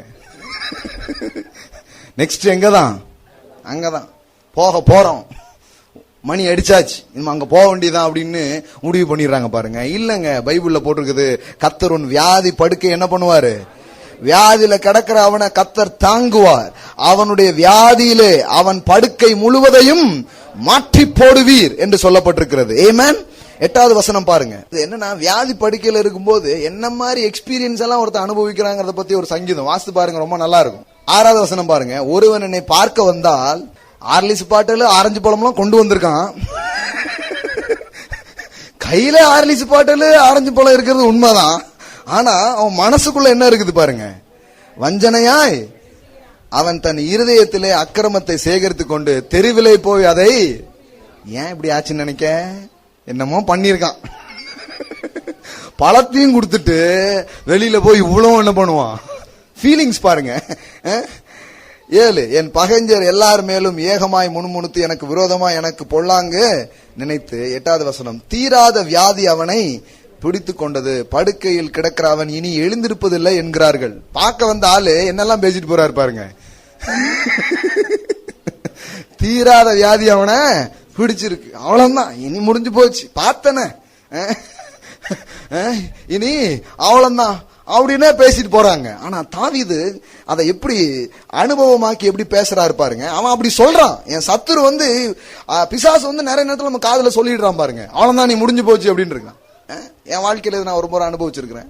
நான் வந்து இந்த கிறிஸ்தவத்துல உபவாசம் தான் பெருசுட்டாங்க இயேசுவோட, அதனால உபவாசம் வந்து ரத்தம் வாந்தி வந்துடுச்சு. ஒரு நாள் பிளட் வாமிட் எடுத்துட்டு இருக்கேன் ஒரு ரூம்ல. அப்ப பிசாசு வந்து ரொம்ப தெளிவா சொல்றான், உன் கதை முடிஞ்சிச்சு அப்படின்ட்டு. அந்த நேரத்துல அங்க ஒரு நல்ல வசனம் ஒண்ணு போட்டிருந்தாங்க அந்த போர்டுல. திரும்பி பாக்குறேன், அதுல போட்டிருக்குது, நான் உனக்கு சொன்னதை செய்யும் பொழுதும் உன்னை கைவிடுவதில்லை அப்படின்ட்டு. அல்லேலூயா. அன்னைக்கு இதெல்லாம் எப்படி விசுவாசிக்கணும் இப்படிலாம் பண்ணணும்னு எனக்கு தெரியாது, நிச்சயமா தெரியாது. ஆனா ஒண்ணு எனக்கு தெரிஞ்சிச்சு, தேவன் இப்படி சொல்லி இருக்கிறாரு, நான் உனக்கு சொன்னதை செய்யும் அளவும் உன்னை கைவிடுவதில்லை. அல்லேலூயா. அதுல இருந்தெல்லாம் கர்த்தர் மாற்றினாரு, வெளியில கொண்டு வந்தாரு பாருங்க. அப்ப பாருங்க, பிசாசு நிறைய நேரத்துல சொல்லுவான், அவ்வளவுதான் முடிஞ்சு போச்சு, உன் பிசினஸ் அவ்வளவுதான் முடிஞ்சு போச்சு, உன்னுடைய குடும்பம் அவ்வளவுதான் முடிஞ்சு போச்சு, எதையோ முடிஞ்சு போன கதையை தான் அவன் பேசுறான். அந்த வியாதிக்கு பேர் வேற சொல்லிடுறான், தீராத. இல்லங்க, எதையும் தீர்த்து வைக்கிற ஒருவர்கிட்ட நான் வந்திருக்கிறேன். இது தீரும் வியாதி. அல்லேலூயா. தீராத பிரச்சனை இல்ல, எந்த பிரச்சனையும் தீரும், எந்த துக்கமும் சந்தோஷமா மாறும். அப்ப பாருங்க, தீராத வியாதி அவனை பிடித்து கொண்டது, படுக்கையில் கிடக்கிற அவன் இனி எழுந்திருப்பதில்லை என்று என்கிறார்கள். 9, என் பிராண சிநேகிதனும், இவங்கெல்லாம் பிராண சிநேகிதரான், பிராணனை எடுக்கிறத பத்தி பேசிட்டு இருக்கான். என் பிராண சிநேகிதனும் நான் நம்பினவனும் என் அப்பம் புசித்தவனுமாகிய, ஒன்னாவே புரோட்டா சாப்பிட்டு இருக்காங்க. என் கூட அவன் என்ன பண்ணிருக்கான், அப்பம் புசித்தவனுமாகிய மனுஷன் என் மேல் குதிங்காலை தூக்கினான். இப்ப கவனிங்க, இதெல்லாம் ஆக்ட்ஸ் ஆஃப் மேன். எல்லாம் சொல்லுவாங்க ஆக்ட்ஸ் ஆஃப் மேன். இது நிறைய நேரத்துல இந்த சில ஆட்கள் புத்தி இப்படிதான் இருக்கு, அந்த மாதிரி ஆட்கள்லாம் இருக்கிறாங்க, இல்லைன்னு சொல்லல. ஆனா இதே கவனிச்சுட்டு உங்க வாழ்க்கைய ஒண்ணு பாருங்க, உலகமே இப்படித்தான், இந்த உலகமே ஒரு நாடக மேடை, இந்த மனிதர்களே இப்படித்தான், அப்படி பேசிடக்கூடாது. அது அப்படி போயிட்டீங்கன்னா வாழ்க்கை நல்லா இருக்காது. சிலர் பாருங்க, யாரையும் நம்ப கூடாது பிரதர், யாருமே சரி கிடையாது பிரதர்னு வாழ்க்கையில ஒரு பெரிய தத்துவ ஞானி மாதிரி பேசிட்டு இருப்பாங்க. ஆனா தாவீது இந்த ஆக்ட்ஸ் ஆஃப் மேனை கவனிக்காம அவன் என்ன பேசுறாரு பாருங்க. 10, கர்த்தாவே நீர் எனக்கு இறங்கி நான் அவர்களுக்கு சரிக்கட்ட என்னை எழுந்திருக்க பண்ணும், என் சத்துரு என் மேல் ஜெயம் கொள்ளாததினால் நீர் என் மேல் பிரியமா இருக்கிறீர் என்று அறிவேன். ஹல்லேலூயா. என்னை எழுந்திருக்க பண்ணும் தேவனே. ஹல்லேலூயா. அவன் என்ன ஜெபம் பண்றான் பாருங்க. நான் விழுந்து போனேன், முடிஞ்சு போனேனே சத்துரு பேசிட்டு இருக்கிறான். ஆனா நீங்க யாருன்னு எனக்கு தெரியும், வியாதி படுக்கையை மாற்றுகிறவர், என்னை எழுந்திருக்க பண்ணும் அப்படின்னு கேட்கிறான் பாருங்க. ஹல்லேலூயா. நல்ல நேரத்துல நல்ல ஆண்டவரே, இப்படியே பேசினதுக்கு அப்புறம் நான் இருக்கணுமா? நிறைய பேர் எழுந்திருக்கிற ஜெபமே அந்த நேரத்துல பண்ண மாட்டாங்க. இந்த பேச்செல்லாம் நான் கேட்கறதுக்கு இருக்கணுமா ஆண்டவரே, வந்துடுற ஆண்டவரே அப்படின்றாங்க. இல்ல இல்ல இல்ல இல்ல, 1000 பேர் 1000 பேசிட்டு போட்டோம். ஆனா கர்த்தர் சொல்லி இருக்கிறாரு, என் வியாதி படுக்கை மாறும், இந்த வியாதி தீரும், இந்த பிரச்சனை தீரும், இந்த கடன் தீரும். அது எந்த காரியத்துக்கு இதை அப்ளை பண்ணுங்க. நான் ஒரு சப்ஜெக்ட் சொன்னா கூட எல்லாத்துக்கும் இது பொருத்தமா இருக்குது. தீரும் பாருங்க, தீராததெல்லாம் கிடையாது, தீரும். என் சத்துருக்கள் என் மேல ஜெயம் எடுக்க முடியாது, நீர் என்னை அவர்கள் மீது வெற்றி கொள்ள வைப்பீர். ஹல்லேலூயா. எல்லாம் சொல்லுங்க, என் பிரச்சனைகள் மத்தியில், என் பிரச்சனைகள் நடுவில் என்னை அவர் ஜெயம் கொள்ள வைப்பார். ஹல்லேலூயா. அப்ப பாருங்க, கர்த்தர் என்ன மாதிரி காரியங்கள்லாம் செய்யறாரு. ஒருத்தன் வியாதி படுக்கைக்கு போகும்போது கர்த்தர் சொல்றாரு, நான் உன்னை தாங்குவேன், உன் வியாதி படுக்கையை நான் என்ன பண்ணுவேன், மாத்துவேங்கிறாரு. அதனாலதான் ஆண்டவர் நிறைய நேரத்தில் சொல்ற, படுக்கையை எடுத்துக்கொண்டு நட. இவ்வளவு நாள் ஒன்ன சில விஷயம் ஹோல்ட் பண்ணி வச்சிருந்தது, இப்ப நீ அதை ஹோல்ட் பண்ணு அப்படிங்கிறாரு. ஹல்லேலூயா. ஒன்ன அது புடிச்சிட்டு இருந்தது, இன்னும் நீ அதை புடி, ஏன்னா அதை நீ கண்ட்ரோல் பண்ண. அதுக்கு அடையாளமா தான் சொல்றாரு, படுக்கை எடுத்துக்கொண்டு நட. அப்ப எந்த வியாதி உன்னை படுக்க வச்சுச்சோ, இப்போ அது இல்ல, அது உன்னை படுக்க வைக்க முடியாது. ஏன்னா தேவன் உன்னை குணமாக்குகிறவரா இருக்கிறாரு, உன்னுடைய வியாதி படுக்கைய மாத்தி போடுறவரா இருக்கிறாரு. கர்த்தர் உன்னை சுகமாக்குவார் என்று வேதவசனம் சொல்லுகிறது. ஹல்லேலூயா. டாக்டர்லாம் நாள் குறிச்சிட்டாங்க, இருக்கட்டும். வேதம் சொல்லுகிறது, அவர் என் ஆயுசு நாட்களை பூரணப்படுத்துவார். எல்லாம் சொல்லுங்க, என் ஆயுசு நாட்களை பூரணப்படுத்துவார். ஆமென். அதான் பாருங்க, இதெல்லாம் அறியாததுனாலதான் நிறைய கிறிஸ்தவர்கள் பாருங்க தங்கள் வாழ்விலே தோல்வியிலே தங்கள் வாழ்நாள் என்ன பண்ணிடுறாங்க, கழிச்சிடுறாங்க. தோல்வியில கழிச்சிட்டு தத்துவம் வேற சொல்லிடுறது, அது கர்த்தருக்காக நான் வாழ்ந்ததுனால இந்த தோல்வி அப்படின்னு போயிருந்தாங்க. இதெல்லாம் பின்வரும் சந்ததிகள் தெரிந்து கொள்ள வேண்டிய செய்தியா? நான் தான் முட்டாள்தனமா வாழ்ந்துட்டேன், நீனாவது புத்தியா வாழணும்னு சொல்லிட்டு போகணும். அதுதான் நல்ல செய்தி. ஆமென். நான் இந்த கர்த்தருடைய வழியெல்லாம் கொஞ்சம் அந்த அளவுக்கு தெரியல, கொஞ்சம் மிஸ் பண்ணிட்டேன் நிறைய, நீ இனிமே மிஸ் பண்ணிடாதன்னு சொல்லணும் பாருங்க. ஆமென். அறிவியல் ஆராய்ச்சிகள்லாம் பாருங்க முன்னோக்கி தான் சொல்லும். ஒருத்தர் தப்பு பண்ணிருப்பாரு, அடுத்தவர் அதை ரொம்ப அழகா கண்டுபிடிச்சு கரெக்ட் ஆக்கிடுவாங்க. நெக்ஸ்ட் வர்றவர் என்ன பண்ணுவாரு, இவங்க கரெக்டா பண்ணதுல இருந்து அப்படி போவாங்க. இப்படிதான் முன்னோக்கி தான் போகுது பாருங்க. கிறிஸ்தவ இந்த வெளிப்பாடுகள் மட்டும் அப்படி போறது இல்ல. நிறைய நேரத்துல அவரே வியாதி இருந்ததாமே, அவரே வியாதியில தான் செத்து போனாராமே. எவர் செத்தா என்னங்க, தேவனுடைய வார்த்தை சொல்லுகிறது, அவர் என் வியாதி படுக்கையை மாற்றுவார், என் ஆயுசு நாட்களை பூரணப்படுத்துவார். ஹல்லேலூயா. அதுக்கு போயிடணும். நிறைய பேர் அப்படி போறது கிடையாது. அந்த அவரே அவரே அவரே அப்படிதான் செத்தாரு, இருந்துட்டு போட்டோம், அதுக்கு நான் என்ன பண்ணணும்? என்ன சொல்றாங்கன்னா, அவரே அப்படி செத்தாருன்னா நீ சாவறதுல ஒண்ணும் பெரிய விசேஷமே கிடையாது அப்படின்றாங்க. இல்ல இல்ல இல்ல, சாவு செய்தியை எனக்கு சொல்ல வந்தீங்க, அவர் தெரியல. ஆனா பைபிள்ல போட்டிருக்குது, நீதிமானின் முடிவு சமாதானமே. ஹல்லேலூயா. நீதிமானின் முடிவு சமாதானம் பைபிள்ல போட்டிருக்குதுங்க. நான் கர்த்தர் எனக்கு வச்ச நோக்கத்தை எல்லாம் செஞ்சு முடிச்சிட்டு பிள்ளைங்க எல்லாம் கூட்டு டாடா பாய் பாய் சொல்லிட்டு நான் போவேன், அந்த மாதிரி விசுவாசிக்கணும். ஹல்லேலூயா. எல்லாம் செஞ்சிட்டம்பா, என் ஓட்டத்தை பவுல் அப்படிதான் சொல்லிட்டு தான் போனார், சொல்லாம போயிடல. பவுல் அப்போஸ்தலனே சொல்லாம போயிட்டேன்னு கேட்கல. அவர் சொல்றார், நான் ஓட்டத்தை முடித்தேன், விசுவாசத்தை காத்துக்கொண்டேன், இது முதல் நீதியின் கிரீடம் எனக்காக. இது எல்லா கலரையும் எழுதிடுறாங்க. நல்லா போட்டுட்டு போய் சேர்ந்திருப்பாரு. அவர் கலரையும் ஓட்டத்தை முடித்தாராம். என்ன ஓட்டம்? ஓட்டத்தை முடித்தேன், பிராந்தி கலைக்கு போன ஓட்டங்கள் முடிஞ்சிச்சு. இவர் வாழ்க்கையில ஒரு லட்சியம், ஒரு நோக்கம், ஒரு தெய்வீக தீர்மானம், அதெல்லாம் நான் செஞ்சு முடிச்சிட்டேன். இப்ப எம்டி ஆயிடுச்சு. எம்டி மீன்ஸ் என்னன்னா, தேவன் தந்ததையெல்லாம் நான் உபயோகப்படுத்தி விட்டேன், இனி பண்ணாது எதுவுமே கிடையாது, கம்ப்ளீட். பைபிள்ல பாருங்க, யோவான் 30 வயதுல சிரசேதனம் பண்ணப்படுறான். ஆனா பைபிள்ல சொல்லுது, யோவான் தன் பணிவிடை ஓட்டத்தை ஓடி முடித்தான் அப்படின்னு போட்டிருக்குது. அவன் முடிஞ்சான்னு போடல, முடித்தான்னு போட்டிருக்குது. ரெண்டுக்கும் வித்தியாசம் இருக்குதா இல்லையா? முடிஞ்சாங்கிறது வேற, முடித்தாங்கிறது வேற. புரியுதா புரியலையா? ஏதாவது பேசுறது புரியுதுங்க? ஒரு ஆமேன்னு சொல்லுங்க. ஹல்லேலூயா. பணிவுடை ஓட்டத்தை ஓடி முடித்தான். தாவீது தன் காலத்திலே தேவனுடைய சித்தத்தின்படி ஊழியம் செய்து தன் ஓட்டத்தை முடித்தான். இயேசுமே சொன்னாரு, முடிச்சிட்டாங்க பிதாவேன்னு சொல்லல, முடிச்சிட்டாங்கன்னு சொல்லல, முடிஞ்சதுன்னு சொன்னாரு. முடிச்சிட்டாங்கன்னா அது வேற அர்த்தங்க. நான் இன்னும் என்னெல்லாமோ நினைச்சேன், அதுக்குள்ள என் கதை என்ன பண்ணிட்டாங்க. முடிந்ததுக்கும் முடிச்சிட்டாங்கிறதுக்கும் நிறைய வித்தியாசம் இருக்குதா இல்லையா? அதனால சொன்னாரு, எல்லாம் ஒன்னும் பேலன்ஸ் இல்ல, இட் இஸ் finished அப்படின்னு சொன்னார். ஹல்லேலூயா. It is a royal death. ஹல்லேலூயா. எல்லாம் சொல்லுங்க, ராயல் டெத். மரணம் கூட ராஜரீகமா இருக்குது பாருங்க, சூப்பரா இருக்குது அவருக்கு. ஹல்லேலூயா. அதனாலதான் எல்லாரும் சத்ததுக்கும் இயேசு செத்ததுக்கும் வித்தியாசம் இருக்கு. அவர் எப்படி செத்தாராம்? பைபிள்ல போட்டிருக்குது, இயேசு தம் தலையை சாய்த்து ஆவியை பிதாவின் இடத்துல என்ன பண்ணார்? ஒப்பு கொடுத்தார். வழக்கமா ஆவி போனா தலை சாயும், உயிர் போனோன்னு என்ன வரும்? தொங்குன்னு தலை விழும் இல்லையா? தலை சாச்சிட்டாரு அப்படின்ட்டு. இவர் தலையை சாட்சி தான் உயிரை விடுறாருன்னு அர்த்தம். டெத் இஸ் மை கண்ட்ரோல், அது ஏன் கண்ட்ரோல் இருக்குது அப்படிங்கிறதுக்கு அடையாளமாக தான் அதை அவர் செஞ்சார்.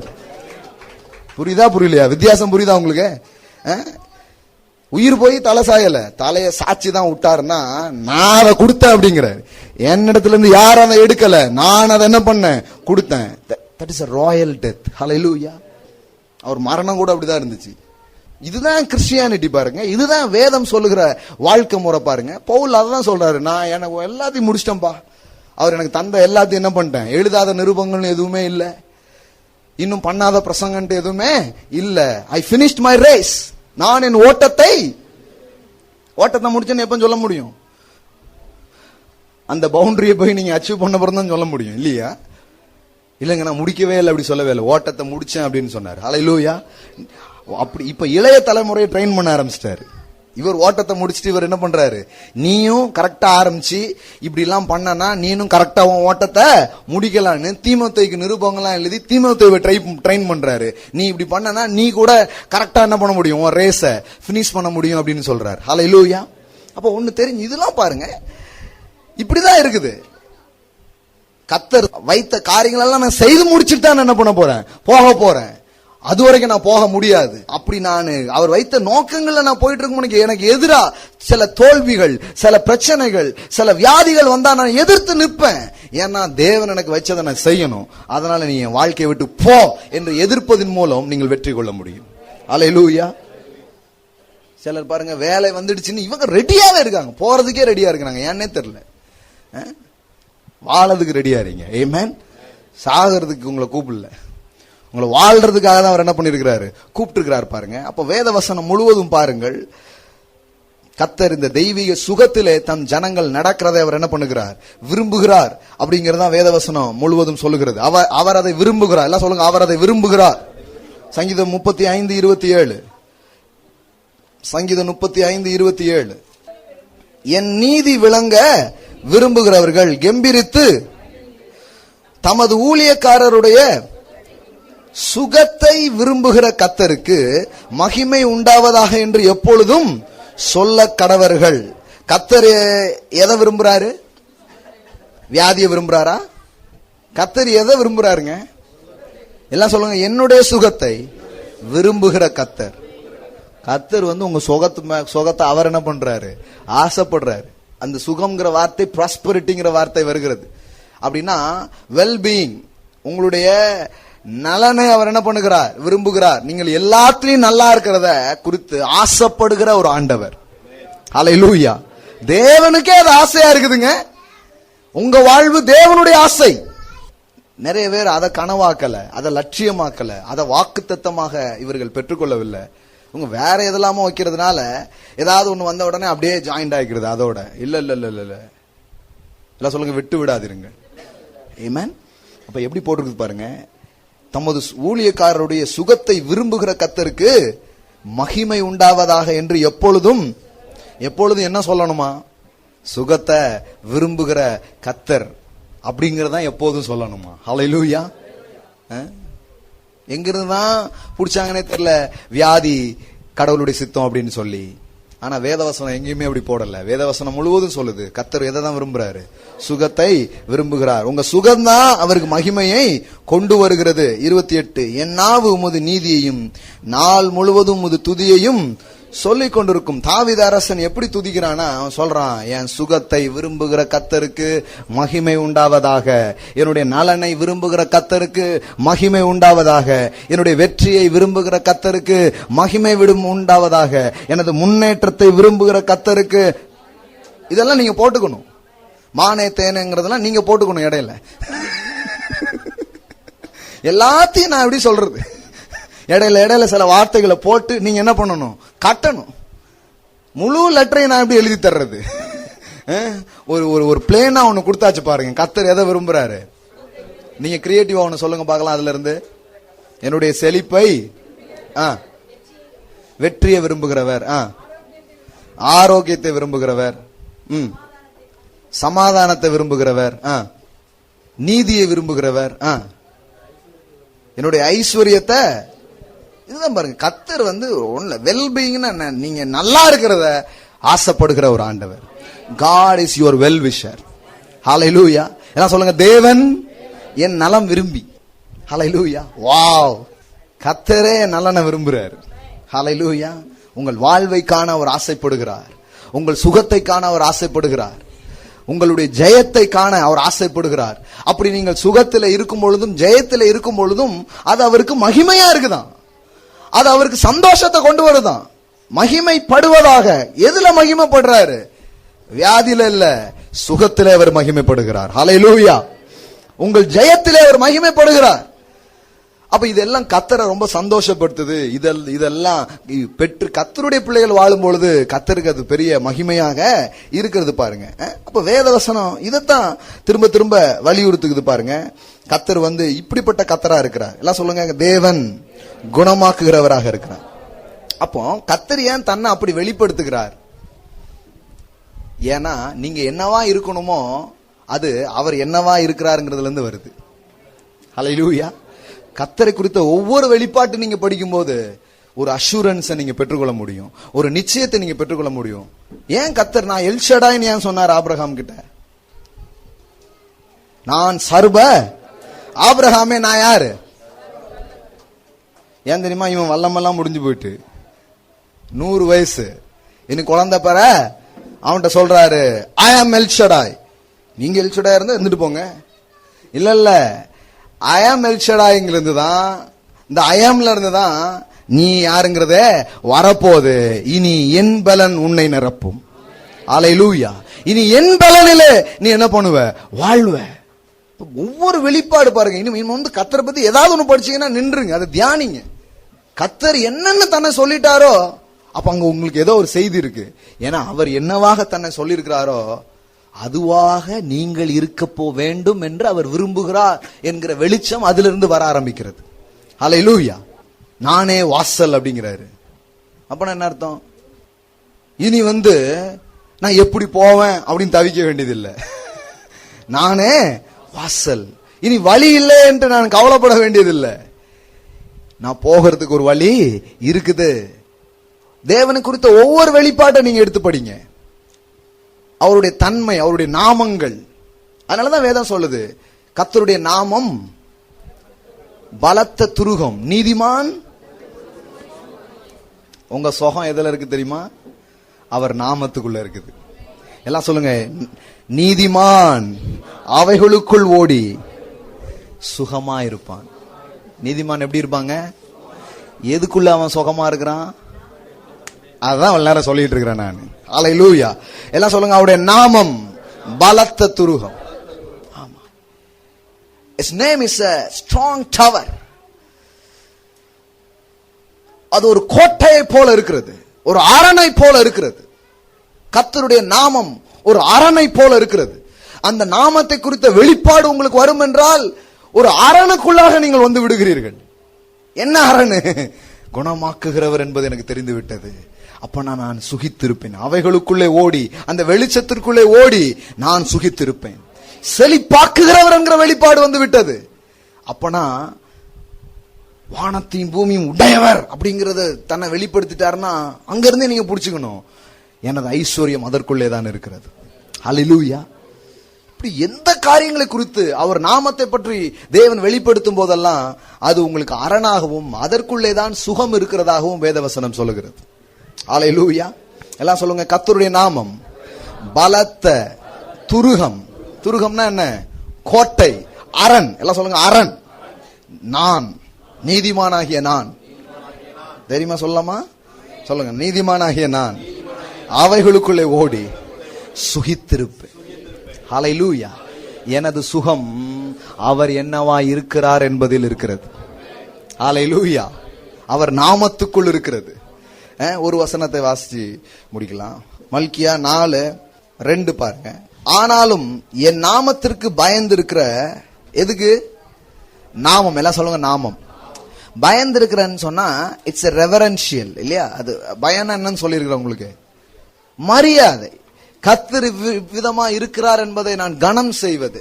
அது பயம்னு நம்ம நெகட்டிவா ஏதாவது யோசிச்சுட்டு போறாங்க. பயப்படுகிறோம், நான் இதுக்கு பயப்படணும். கர்த்தர் யாருன்னு சொன்னா தைரியம் வருது. தங்கள் தேவனை அறிந்திருக்கிற ஜனங்கள் பயந்துன்னு போடல, திடன் கொண்டுன்னு பைபிள்ல போட்டிருக்குது. ஹல்லேலூயா.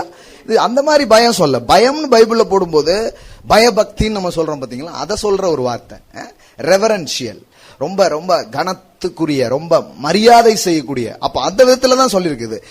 ஆனாலும் என் நாமத்தை கனம் பண்ணுகிற, என் நாமத்தை அறிந்திருக்கிற அல்லது என் நாமத்தை கனம் செய்கிற உங்கள் மேல், எல்லாம் சொல்லுங்க, உங்கள் மேல் நீதியின் சூரியன் உதிக்கும்.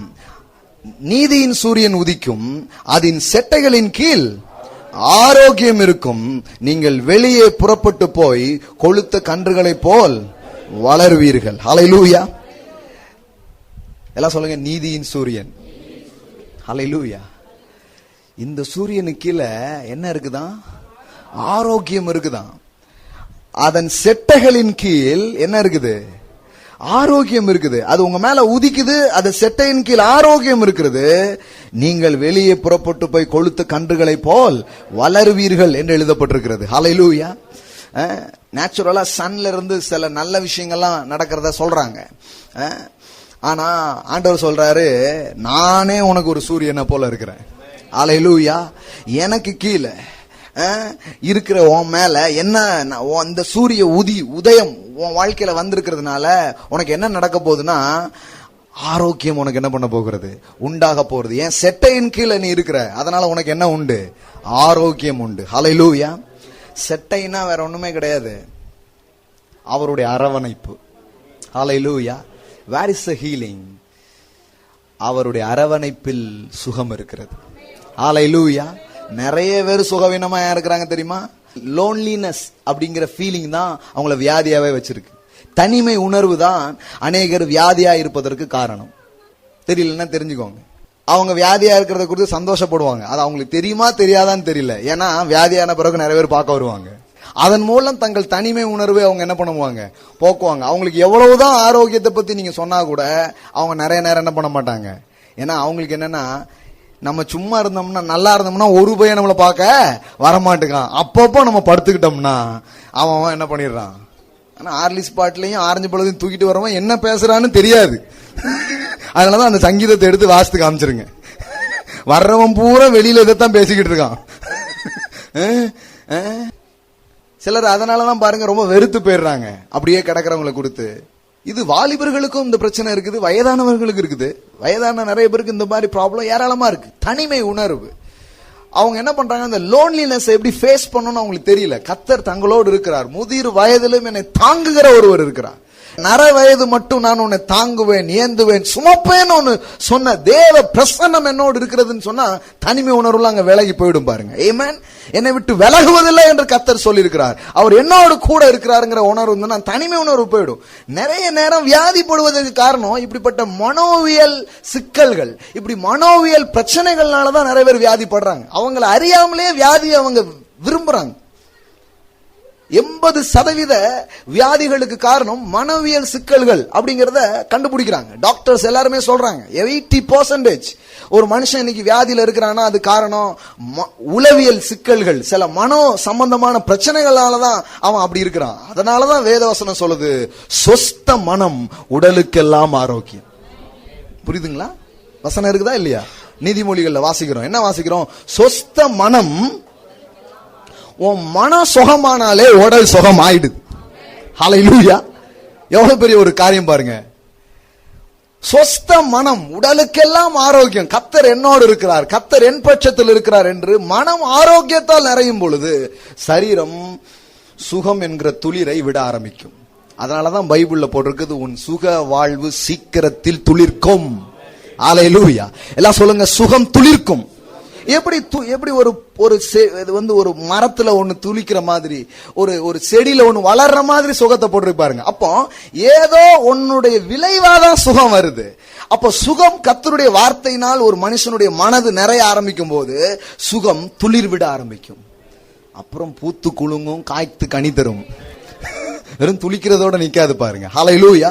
எப்படி துளிக்கும்னா இப்படிதான், அவருடைய செட்டைகளின் கீழ் ஆரோக்கியம் இருக்கும். எல்லாம் சொல்லுங்க, அவருடைய செட்டைகளின் கீழ் ஆரோக்கியம் இருக்கும். எல்லாம் சொல்லுங்க, நான் அவருடைய அரவணைப்பில் இருக்கிறேன். அவருடைய அரவணைப்பில் இருக்கிற எனக்கு தனிமை உணர்வு இல்லை, நான் ஆரோக்கியத்தில் வாழ்கிறேன். ஹல்லேலூயா! 1000 கைகள் உங்களை அரவணைத்திருக்கலாம், ஆனால் இந்த அரவணைப்பை நீங்கள் பெறாதவரை நீங்கள் தனிமை உணர்வில் தான் இருப்பீர்கள். இந்த தெய்வீக அரவணைப்புக்குள்ள வந்து பாருங்க, டாடியுடைய ஒரு ஹக்கு உங்க உடம்புல இருக்கிற எல்லா வியாதியும் சுகமாக்கும். அதனாலதான் இயேசு நிறைய நேரம் பி ஹீல் அப்படின்னு சொல்லி அனுப்பிடல, அவர்களை தொட்டு சுகமாக்கினார். எல்லாம் சொல்லுங்க, தொட்டு சுகமாக்கினார். ஏன் தெரியுமா? அந்த குஷ்டரோகிகளாக அன்றைக்கு வாழ்ந்து கொண்டிருந்த அவர்கள், குஷ்டரோகம் வந்த உடனே ஊருக்கு வெளியில பாளையத்துல கொண்டு அவங்களை உட்கார வச்சிருவாங்க. அவங்களுக்குன்னு ஒரு உடை எல்லாம் கொடுத்து உட்கார வச்சிருவாங்க. அவன் அப்படி உட்கார்ந்துகிட்டே இருக்கணும். யாராவது ஆள் வந்துச்சுன்னா இவன் தீட்டு, ஐ எம் அன்கிளீன் இவன் கத்தணும். தீட்டுன்னு அவன் சொல்லணும். அவன் அப்படியே என்ன பண்ணுவாங்க, போயிடுவாங்க. இப்ப அவனை யாருமே தொட முடியாது பாருங்க. தான் பிள்ளைய கூட அவன் கொஞ்சிருக்க முடியாது. அப்படி வியாதியான பிறகு யாருடைய தொடுதலையும் அரவணைப்பையும் அவன் பெற்றதே கிடையாது. மனுஷனுடைய உண்மையான தேவையை இயேசு அறிஞ்சிருக்கிறார் பாருங்க. அதனாலதான் மலையிலிருந்து இறங்கும் போது ஒரு குஷ்டரோகி ஒருவன் வந்து, தேவனே உமக்கு சித்தமானால் என்னை சுத்தமாக்குன்னு சொல்றாரு. அவனுக்கு சொல்றாரு, எனக்கு சித்தம் உண்டு, நீ சுத்தமாகு அப்படின்னு சொன்னது மட்டும் இல்ல, அவனை தொட்டு சுகமாக்கினார். ஹல்லேலூயா! அவனை தொட்டார். எல்லாம் சொல்லுங்க, இயேசு தொட்டார். ஏன் இயேசு வந்து தொட்டு சுகமாக்கணும் இல்ல, பி ஹீல்னாலே அவன் சுகமாயிடுவான். ஏன் அப்படி ஒரு டிவைன் டச் அவன் லைஃப்ல வந்ததுன்னா, ஏன்னா அநேகர் வியாதியா இருக்கிறது இப்படிப்பட்ட ஏதோ ஒரு தொடுகை அவர்கள் இழந்திருக்கிறார்கள், ஏதோ ஒரு அரவணைப்பு அவர்களுக்குள்ள இல்லை, ஏதோ ஒரு அன்பு பற்றாக்குறைகளுக்குள்ளே அவர்கள் இருக்கிறார்கள். அதனாலதான் அவங்க சிக்னஸ்ல இருக்கிறாங்க. ஏன்னா சிக்னஸ்ல இருந்தா யாராவது என்ன விசாரிப்பாங்க. சில எப்ப பார்த்தாலும் மூஞ்ச டங்குன்னு போட்டுப்பாங்க, பாத்துட்டீங்களா நீங்க? அதுவும் ஒரு சிக்னஸ் தான். என்ன சிக்னஸ்? ஏன் இப்படி இருக்க, ஏன் இப்படி இருக்க? யாராவது வந்து கேட்கணும், யாராவது வந்து என்ன பண்ணணும், கேட்கணும். கேட்கிற வர இவங்களுக்கு தீரவே தீராது பாருங்க. இது தெரிய பண்ணு பாருங்க. இது வாழ்க்கையில் ஒரு காரியம் பாருங்க. மூஞ்சி அப்படி ஒரு மாதிரி வச்சிருக்கிறாங்க. ஆனா எஸ்தர் ராஜாத்தி பற்றி நீங்க படிச்சு பாத்தீங்கன்னா போட்டிருக்குது, அவ வந்து ரொம்ப பிரைட்டா வச்சு ராஜாவுக்கு நல்லா விருந்து வச்சா. ராஜா கிட்ட சோகப்பாட்டு பாடிலாம் சாதிக்க முடியாது, நல்ல விருந்து வச்சுதான் சாதிக்க முடியும்னு அவ அறிஞ்சு வச்சிருந்தா. வீட்டு பெண்கள் கவனத்திற்கு, உங்க டல்லான பேஸ் எதையும் பண்ண முடியாது, ஆனா உங்க பிரைட்டான பேஸ் பெரிய காரியங்களை செய்ய வைக்க முடியும். ஹல்லேலூயா! இவங்களுக்கு என்னன்னா கேட்கற வரைக்கும் அவங்க அப்படிதான் இருப்பாங்க. யாராவது வந்து கேட்கணும், கேட்டுருங்க. அதுக்காக பாஸ்டர் சொல்லியிருக்காரு, இருக்காதன்றாங்க. நல்லா இருக்கீங்கன்னா ஏமா டல்லா இருக்க, நம்ம டல்லா இருக்க வேண்டிய அவசியம் இல்ல அப்படின்னு சொல்லி கேளுங்க. பெண்கள் வந்து அப்படி கேட்கணும்னு எதிர்பார்ப்பாங்க. அது அவங்களுக்கு இருக்கிற ஒரு எதிர்பார்ப்பு. ஆண் டல்லா இருந்தாருன்னா என்கிட்ட யாரும் எதுவும் கேட்காதீங்கன்னு அர்த்தம். லாங்குவேஜை மாத்தி யூஸ் பண்ணிடாதீங்க. அவருக்கு பிசினஸ்ல லாஸ் ஆயிருக்கும், ஏதாவது தோத்து போயிருப்பாரு, நீங்க அவர்கிட்ட போய் ஏங்க ஏங்க எப்படி இருக்கீங்க. இவங்களுக்கு என்னன்னா நம்ம டல்லா இருந்தா நம்மகிட்ட என்ன பண்ணணும், கேட்கணும். அப்ப இவர் டல்லா இருக்காரு அப்படின்னு சொல்லி இவங்க லாங்குவேஜ் அங்கேயே போய் யூஸ் பண்றது. இவங்க போய் கேட்டா அவர் டென்ஷன் ஆயிருவார். நான் சொல்லுதம்ல அப்படின்னா அப்படி வேற மாதிரி என்ன ஆச்சு, ஏன் இப்படி இருக்கீங்க கேட்டது எவ்வளவு தப்பா போச்சு. ஒன்னும் இல்ல, கொஞ்ச நேரம் அமைதியா இருந்தீங்கன்னா ஐயா எல்லா கதையும் சொல்லுவாரு. ஒரு காஃபி கொண்டு வந்து கொடுங்க, ஏதோ ஒண்ணு பண்ணுங்க, கொஞ்சம் வெயிட் பண்ணுங்க. உங்ககிட்ட சொல்லாம வேற யார்ட்ட சொல்ல போறாரு? ஊர்ல ஒரு பையன் அவர் கதையை கேட்க மாட்டான். அதனால உங்ககிட்ட கட்டாயமா என்ன பண்ணுவாரு, சொல்லுவாரு. கொஞ்சம் வெயிட் பண்ணுங்க. ஆனா இவங்களுக்கு தாமதம் முடியாது, இவங்களுக்கு வந்து சொல்லி ஆகணும் அப்படின்ட்டு அப்படியே நிப்பாங்க பாருங்க. கொஞ்சம் வெயிட் பண்ணுங்க. அதே மாதிரி ஒரு ஆண் என்ன யோசிச்சுறாருன்னா, நம்ம டல்லா இருந்தா நம்ம கிட்ட கொஞ்ச நேரத்துக்கு யாரும் வரக்கூடாதுங்கிற மாதிரி இவங்களும் போறதே கிடையாது. டல்லா இருந்தா டபால்னு இவங்க வெளியில கிளம்பி போயிருது. அப்புறம் வீட்டுக்குள்ள வர முடியாது, வரும்போது பெரிய பிரச்சனை இருக்கும். கிளியர் பண்ணிட்டு வெளியில போங்க. ஏமா அப்படி இருக்கிற, என்ன காரணம்னு விசாரிச்சீங்கன்னா அவங்க சொல்லுவாங்க, கதை கதையா சொல்லுவாங்க. அப்படி சொல்லும் போது தீர்வுகளை தயவு செய்து சொல்லாதீர்கள். இது அடுத்த லெசன். நம்ம என்ன நினைச்சுக்கிட்டோம்னா, அந்த ஆணுக்கு எப்படி ஒரு மனதுன்னா, ஒரு பிரச்சனையை சொன்ன உடனே அதுக்குதான் நான் முதல்ல சொன்னேன் அப்படி இவர் எடுத்த உடனே பதில்கள் எல்லாம் சொல்லுவாரு. அந்த அம்மா உங்க பதில் எனக்கு எதுக்கு தேவை? அவங்க ஆன்சரை எதிர்பார்த்தே அவங்ககிட்ட சொல்லல, நான் பேசுறத கொஞ்ச நேரம் கேளையா, அதுக்கு தான் அவங்க அவ்வளவு நேரம் சொல்லுதாங்க. இவங்க வந்து அதை கேட்க கூட மாட்டாங்க, எனக்கு தெரியும் முதல்லயே அப்படின்னு. இவங்க அதை எப்படி தீர்க்கணும்னா தீர்வுகளின் ஆன்சர் எல்லாம் சொல்லுவாங்க. இவங்க நிறைய தயவு செய்து தீர்வு எல்லாம் சொல்லாதீங்க, அவங்க சொல்றத கொஞ்சம் மெதுவா கேட்டீங்கன்னா ரொம்ப நல்லா ஆயிடும் பாருங்க. ஏமேன். இது வந்து செய்தியில எக்ஸ்ட்ரா துணுக்கு, அதனால ஸ்பெஷல் காணிக்க தரவும்.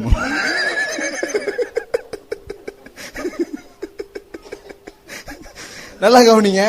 இதெல்லாம் மனுஷனுக்குள்ள இருக்கிற ஒரு உணர்வு ரீதியான சில காரியம், உளவியல் ரீதியான சில பிரச்சனைகள் இருக்குது, சில தேவைகள் இருக்கு பாருங்க. வேதம் அது ரொம்ப அழகா ஐடென்டிஃபை பண்ணுது. அதனாலதான் இயேசு அவனுக்கு விரும்பினார், அவனுக்கு ஒரு தொடுதல் தேவைப்படுது. அவனுக்கு ஒரு சுகம் தேவைப்படல, அவனுக்கு ஒரு தொடுதல் தேவைப்படுது. இளைய குமாரன் அவன் ஊர்ல இருந்து வர்றான். அப்படி வரும்போது இந்த அப்பா என்ன செஞ்சாரு, ஓடி போய் ஒரே பண்ணி நாத்தம், போய் கழுவிட்டு வா அப்படின்னாரா? நல்லா குளிச்சுட்டு வா தம்பி, அதுக்கப்புறம் நான் அப்பா ஹக் பண்றேன் முத்தம் கொடுங்க அப்படின்னாரா? அன்பு வந்து அழுக்கை அறியாது, அன்பு நாத்தத்தை உணராது. ஹல்லேலூயா. தெய்வீக காரியம் அப்படிதான் இருக்கு பாருங்க. கர்த்தர் நாம எப்படி இருந்தோமோ அப்படியே வந்து நம்மளை அணைக்கிறாரு, நம்மளை முத்தம் விடுகிறார். அவன் எத்தனையோ முத்தம் வாங்கினான் காசு கொடுத்து, ஆனா எதுவுமே அவனை சாட்டிஸ்ஃபைட் பண்ணல. இப்ப டேடியோட ஹக்கும் டேடியோட கிஸ்ஸும் தான் அவன் வாழ்க்கையை மாத்துச்சு. ஹல்லேலூயா. இன்றைக்கு ஒரு தெய்வீக அரவணைப்பு அநேகருக்கு இல்லாததுனால அவங்க எங்கேயோ ஒரு சிக்னஸ் அனுபவிச்சுட்டு இருக்காங்க. நான் சொல்றேன், இன்னைக்கு டேடியோட ஹக்கு உங்க வாழ்க்கையில வருகிறது. உங்களை அணைக்கிற ஒரு தகப்பன் இருக்கிறார், அவருடைய செட்டைகளின் கீழ் ஆரோக்கியம் இருக்கிறது. அவருடைய அரவணைப்பு உங்க வாழ்க்கையில வர ஆரம்பிக்கும் பொழுது சுகம் அங்க வெளிப்பட ஆரம்பிக்கும் பாருங்க. ஆமென். உங்களை விட்டு அந்த தனிமை உணர்வு, யாருமே இல்லைங்கிற அந்த எண்ணெல்லாம் உங்களை விட்டு போயிடும் பாருங்க. கர்த்தர் அரவணைக்கிறவரா இருக்கிறார், முத்தமிடுகிறவராக இருக்கிறார். அதுக்கப்புறம் தான் ஆடை மற்றதெல்லாம் கொடுத்தார். உணவு தேவையை விட உணர்வு தேவை பிரதானமானதா இருந்தது. ஹல்லேலூயா. சாப்பாடு விருந்தெல்லாம் அப்புறம், முதல்ல உணர்வுகள்ல ஒரு பெரிய தேவையோடு அவன் இருந்தான். அதனாலதான் அவனை கட்டுனார், அவனை அணைச்சார், அவனை முத்தமிட்டார். இது எல்லாத்தையும் அவர் பண்ணார் பாருங்க. உன்னதமானவரின் மறைவுன்னு நம்ம படிக்கிறோம் இல்லையா? உன்னதமானவரின், அது என்ன உன்னதமான மறைவு? சர்வ வல்லவருடைய நிழல் அப்படின்னு சொல்லிட்டு அங்க போட்டிருக்குது. நான் உம்முடைய செட்டைகளின் கீழ்.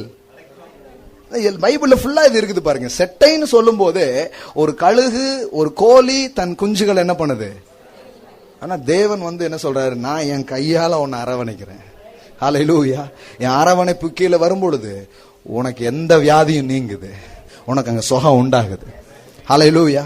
நிறைய பேர், சில குழந்தைகள் சொல்லி நான் கேட்டிருக்கேன், எனக்கு ரொம்ப பிரச்சனையா இருக்கும், எங்க அம்மா கிட்ட போய் படுத்துக்கிடுவேன், எங்க அம்மா என்னை கட்டி பிடிச்சிட்டே இருப்பாங்க, கொஞ்ச நேரம் கழிச்சு எனக்கு காய்ச்சல்லாம் போயிடுன்னு சொல்லுவாங்க. கேள்விப்பட்டிருக்கீங்களா நீங்க இந்த மாதிரி சைக்காலஜிக்கலா? சில நேரத்துல, அதாவது இது எந்த மாதிரி காய்ச்சல்னா, 2-3 குழந்தைங்க வந்திருப்பாங்க அவங்களுக்கு. இந்த குழந்தை தான் ஒதுக்கப்பட்டதாவே நினைச்சுக்கிட்டே இருக்கும், அதனாலே இது சிக்காயிடும். அதனால பாருங்க, இந்த டிஸ்டன்ஸ்ல வரும்போது கொஞ்சம் இதெல்லாம் கவனிக்கணும். அந்த மூத்த குழந்தைக்கு இந்த இளைய குழந்தைங்க மேல நிறைய காண்டாவது காரணமே இவங்க தான். ஏன்னா இவங்க இந்த குழந்தைய ரொம்ப ஆர்வமா என்ன பண்ணிடுவாங்க, பாத்துருவாங்க. அதுக்கு ஒரு ஃபீலிங் இருக்குது. முன்னாடி நம்மளதான் அரவணைப்பாங்க, முத்தம் விடுவாங்க. இப்ப பண்றதே கிடையாது, ரொம்ப இதா இருப்பாங்க. நீங்க அந்த நேரம் தான் போய் தூக்குவீங்க, அந்த நேரம் தான் போய் என்ன பண்ணுவீங்க. இது குழந்தைகளுக்குள்ள கூட இருக்குது பாருங்க, ரொம்ப ஆழமான காரியம். அப்ப பாருங்க, ஏன்னா எல்லாருமே இந்த தொடுதல், இந்த அரவணைப்பை அவருடைய உள்ளம் தேடுகிறது பாருங்க. மனித உறவுகளையும் சரி, தேவன் நமக்கு வச்சிருக்கிற உறவுகளையும் சரி, இந்த அரவணைப்பின் கீழ் ஆரோக்கியம் இருக்கிறது. So I think it is a fresh revelation from heaven. Hallelujah. தேவனிடத்திலிருந்து ஒரு வெளிச்சம் உங்களுக்கு வந்திருக்கிறது. நான் சொல்கிறேன், இந்த நாள்ல தேவன் அதை உங்க வாழ்க்கையில செய்ய போகிறார். Hallelujah. Thank you Jesus. நீதியின் சூரியன் உன்மேல் உதிக்கும். Hallelujah. அவருடைய செட்டைகளின் கீழ் ஆரோக்கியம் இருக்கும். அவருடைய நாமத்திற்கு மரியாதை செய்கிற உங்கள் மேல் அப்படிப்பட்ட காரியங்கள் நடக்கிறது என்று வேதம் சொல்லுகிறது. ஹalleluya. இயேசு என்கிற புண்ணிய நாமத்திற்கு கீழாக வருகிற நீங்கள், இயேசு என்கிற வெளிப்படுத்தப்பட்ட நாமத்துக்கு கீழே வருகிற உங்களுடைய வாழ்க்கையில ஹalleluya, ஒரு ஹalleluya, எந்த எதிர் சக்திகளும் இல்லை, எந்த எதிர் வல்லமைகளும் இல்லை. ஹalleluya. ஒரு பெரிய பாதுகாப்புக்கு கீழே நீங்கள் வருகிறீர்கள், ஒரு பெரிய அரவணைப்புக்கு கீழே நீங்கள் வருகிறீர்கள். ஹalleluya, ஹalleluya, ஹalleluya. ஓ ஹalleluya. ஒருவேளை இந்த லோன்லினஸ் ஃபீலிங் தான் உங்க பிரச்சனையா இருக்குன்னா, நீங்க ஆண்டவர்கிட்ட நீங்க வாங்க, அவர் தம் அரவணைப்பை உங்களுக்கு தருவார். ஹalleluya. பரிசுத்த ஆவியானவர் உங்களை அரவணைப்பார், அவர் உங்களை முத்தமிடுவார். ஹalleluya, ஹalleluya, ஹalleluya. ஸ்தோத்திரம், ஸ்தோத்திரம், ஸ்தோத்திரம். ஹalleluya. கர்த்தரை நோக்கி பாருங்க, எல்லாரும் ஆண்டவரிடத்துல பேசுங்க. ஹalleluya. நிறைய நேரம் வியாதிப்படுவதற்கு சில மன ரீதியான பிரச்சனைகள் காரணங்களா இருக்கலாம். ஹalleluya, ஹalleluya. மனிதர்களினுடைய அந்த அன்பை பெற ஒரு பரிதாப உணர்வை உங்களுக்குள் காட்டிக் கொள்வதனாலே நீங்க நிறைய நேரம் வியாதிப்பட்டு இருக்கலாம். ஹalleluya. இன்றைக்கு அதுதான் உங்க பிரச்சனைன்னு உங்களால ஐடென்டிஃபை பண்ண முடியும்னா அதுல இருந்து வெளியில வாங்க. ஹalleluya, ஹalleluya. உங்களுக்கு ஒரு பிரியம் இருக்கிறது, உங்களை நேசிக்கிற ஒருவர் இருக்கிறார். ஹalleluya. ஸ்தோத்திரம் ராஜா, ஸ்தோத்திரம் ராஜா. உங்களை அணைக்கிற ஒரு தகப்பன். ஹalleluya. உங்களை முத்தமிடுகிற ஒரு தகப்பன்.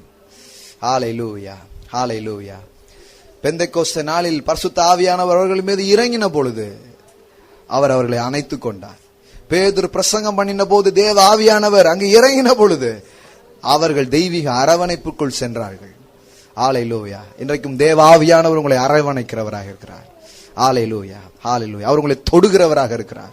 உங்கள் உளவியல் சிக்கல்களிலிருந்து உங்களை விடுதலையாக்குகிறவராக இருக்கிறார். இயேசுவின் நாமத்தினாலே. இளைய குமாரன் எத்தனையோ பெண்களின் முத்தங்களை தன் வாழ்வில் அனுபவித்தான், எத்தனையோ விபச்சார பெண்களுடைய தழுவுதலை அவன் அனுபவித்தான். எதுவும் அவனுடைய தாகங்களை தீர்க்கவில்லை. இறுதியில் தன் தகப்பனின் தழுவுதலை அவன் அனுபவித்தான், அவருடைய முத்தமிடுதலை அவன் அனுபவித்தான். அது மாத்திரமே தீர்வாக இருந்தது. ஹalleluya. உங்கள் ஆவி ஆத்துமா சரீரங்கள் நன்றாயிருப்பதை கர்த்தர் விரும்புகிறார். உங்கள் ஆவி ஆத்துமா சரீரங்களில் முழு தேவைகள் சந்திக்கப்படுவதை அவர் விரும்புகிறார். ஹalleluya. நீங்கள் எந்த பகுதியிலும் குறைவாக இருக்கிறதை அவர் விரும்புகிறதில்லை. ஓ ஸ்தோத்திரம் ராஜா. இந்த வார்த்தைகளை கேட்கிற ஒவ்வொருவருக்காக நான் ஜெபிக்கிறேன் இயேசுவின் நாமத்தினாலே. ஹalleluya. அவருடைய வியாதி படுக்கைகள் மாறும்படிக்கா நான் ஜெபிக்கிறேன் இயேசுவின் நாமத்தில். இதை பார்க்கிற யாரா இருந்தாலும் நான் ஜெபிக்கிறேன் அவருடைய தனிமை உணர்வுகள் மாறுவதாக என்று நான் சொல்லி ஜெபிக்கிறேன் ராஜா. வாழ்நாள் எல்லாம் தங்களை நேசிக்க யாருமே இல்லை, இந்த வியாதி படுக்கையில யாராவது வந்து என்னை பார்க்கட்டும் என்கிற மன ரீதியான பிரச்சனைகள் இருக்கிறவர்களுக்கு இயேசுவின் நாமத்தில் நான் ஜெபிக்கிறேன், இந்த வியாதிகள் விலகட்டும் ராஜா. ஹalleluya. நான் ஒருபோதும் அப்படி இருக்க மாட்டேன் என்கிற எண்ணங்கள் அவர்களுக்குள்ளே உதயமாகட்டும் ராஜா. கர்த்தரின் வியாதி படுக்கையை மாற்றி போடுகிறார். அவருடைய நாமத்திற்கு மரியாதை செய்கிற என் மேலே ஹalleluya ஆரோக்கியம், அவருடைய செட்டைகளின் கீழ் இருக்கிற எனக்கு ஆரோக்கியம் என்பது விளங்கட்டும் ராஜா. தெய்வீக சுகங்கள் ஒவ்வொருடைய உள்ளங்களிலும் மனங்களிலேயும் சரீரங்களிலேயும் வெளிப்படும்படிக்க நான் ஜெபிக்கிறேன். மனம் சொஸ்தம் அடையட்டும் ராஜா. சொஸ்த மனம் உடலுக்கெல்லாம் ஆரோக்கியம் என்று எழுதியிருக்கிறது. உள்ளங்களில் இருக்கிற எல்லா காயங்கள் நீங்கி போகட்டும், எல்லா விதமான ஏக்கங்கள் நீங்கி போகட்டும். ஹalleluya. மன ரீதியான எல்லா சிக்கல்கள் மாறுவதாக இயேசுவின் நாமத்தில் நான் ஜெபிக்கிறேன். எல்லா மன ரீதியா இருக்கிற காயங்கள் இயேசுவின் நாமத்தில் குணமடைவதாக நான் பேசுகிறேன் ராஜா. கர்த்தர் அப்படி செய்வதற்காக நன்றி. ஒவ்வொருடைய வாழ்வை நீ தொடுவதற்காக நன்றி. தொட்டு சுகமாக்குகிற தேவன், அப்படி செய்வதற்காக நன்றி. சுகத்தை மாத்திரம் மாத்திரமல்ல, உணர்வு ரீதியான தேவைகளை சந்திக்கிற தேவனாய் இருக்கிறபடியாலே ஸ்தோத்திரம் ராஜா. ஒவ்வொருடைய ஏக்கங்களை நீர் திருப்தியாக்குகிறவர், ஒவ்வொருடைய எதிர்பார்ப்புகளை பூர்த்தி செய்கிற பரலோக தகப்பன் வாழ்க்கையில செயல்படுவதற்காக நன்றி. பரிசுத்த ஆவியானவர் தொடர்ந்து ஊழியம் செய்வீராக. பெரிய பலன்களை காணட்டும், தொடர்ந்து செல்லட்டும், விட்டு விடாதிருக்கட்டும், முன்னேறி செல்லட்டும். இயேசுவின் நாமத்தில் பிதாவே, ஆமென், ஆமென். Praise God. ஹல்லேலூயா. ஆமென். கர்த்தர் நல்லவரா? ஆமென். அவருடைய கிருபை என்றும் உள்ளது. ஆமென். Praise God.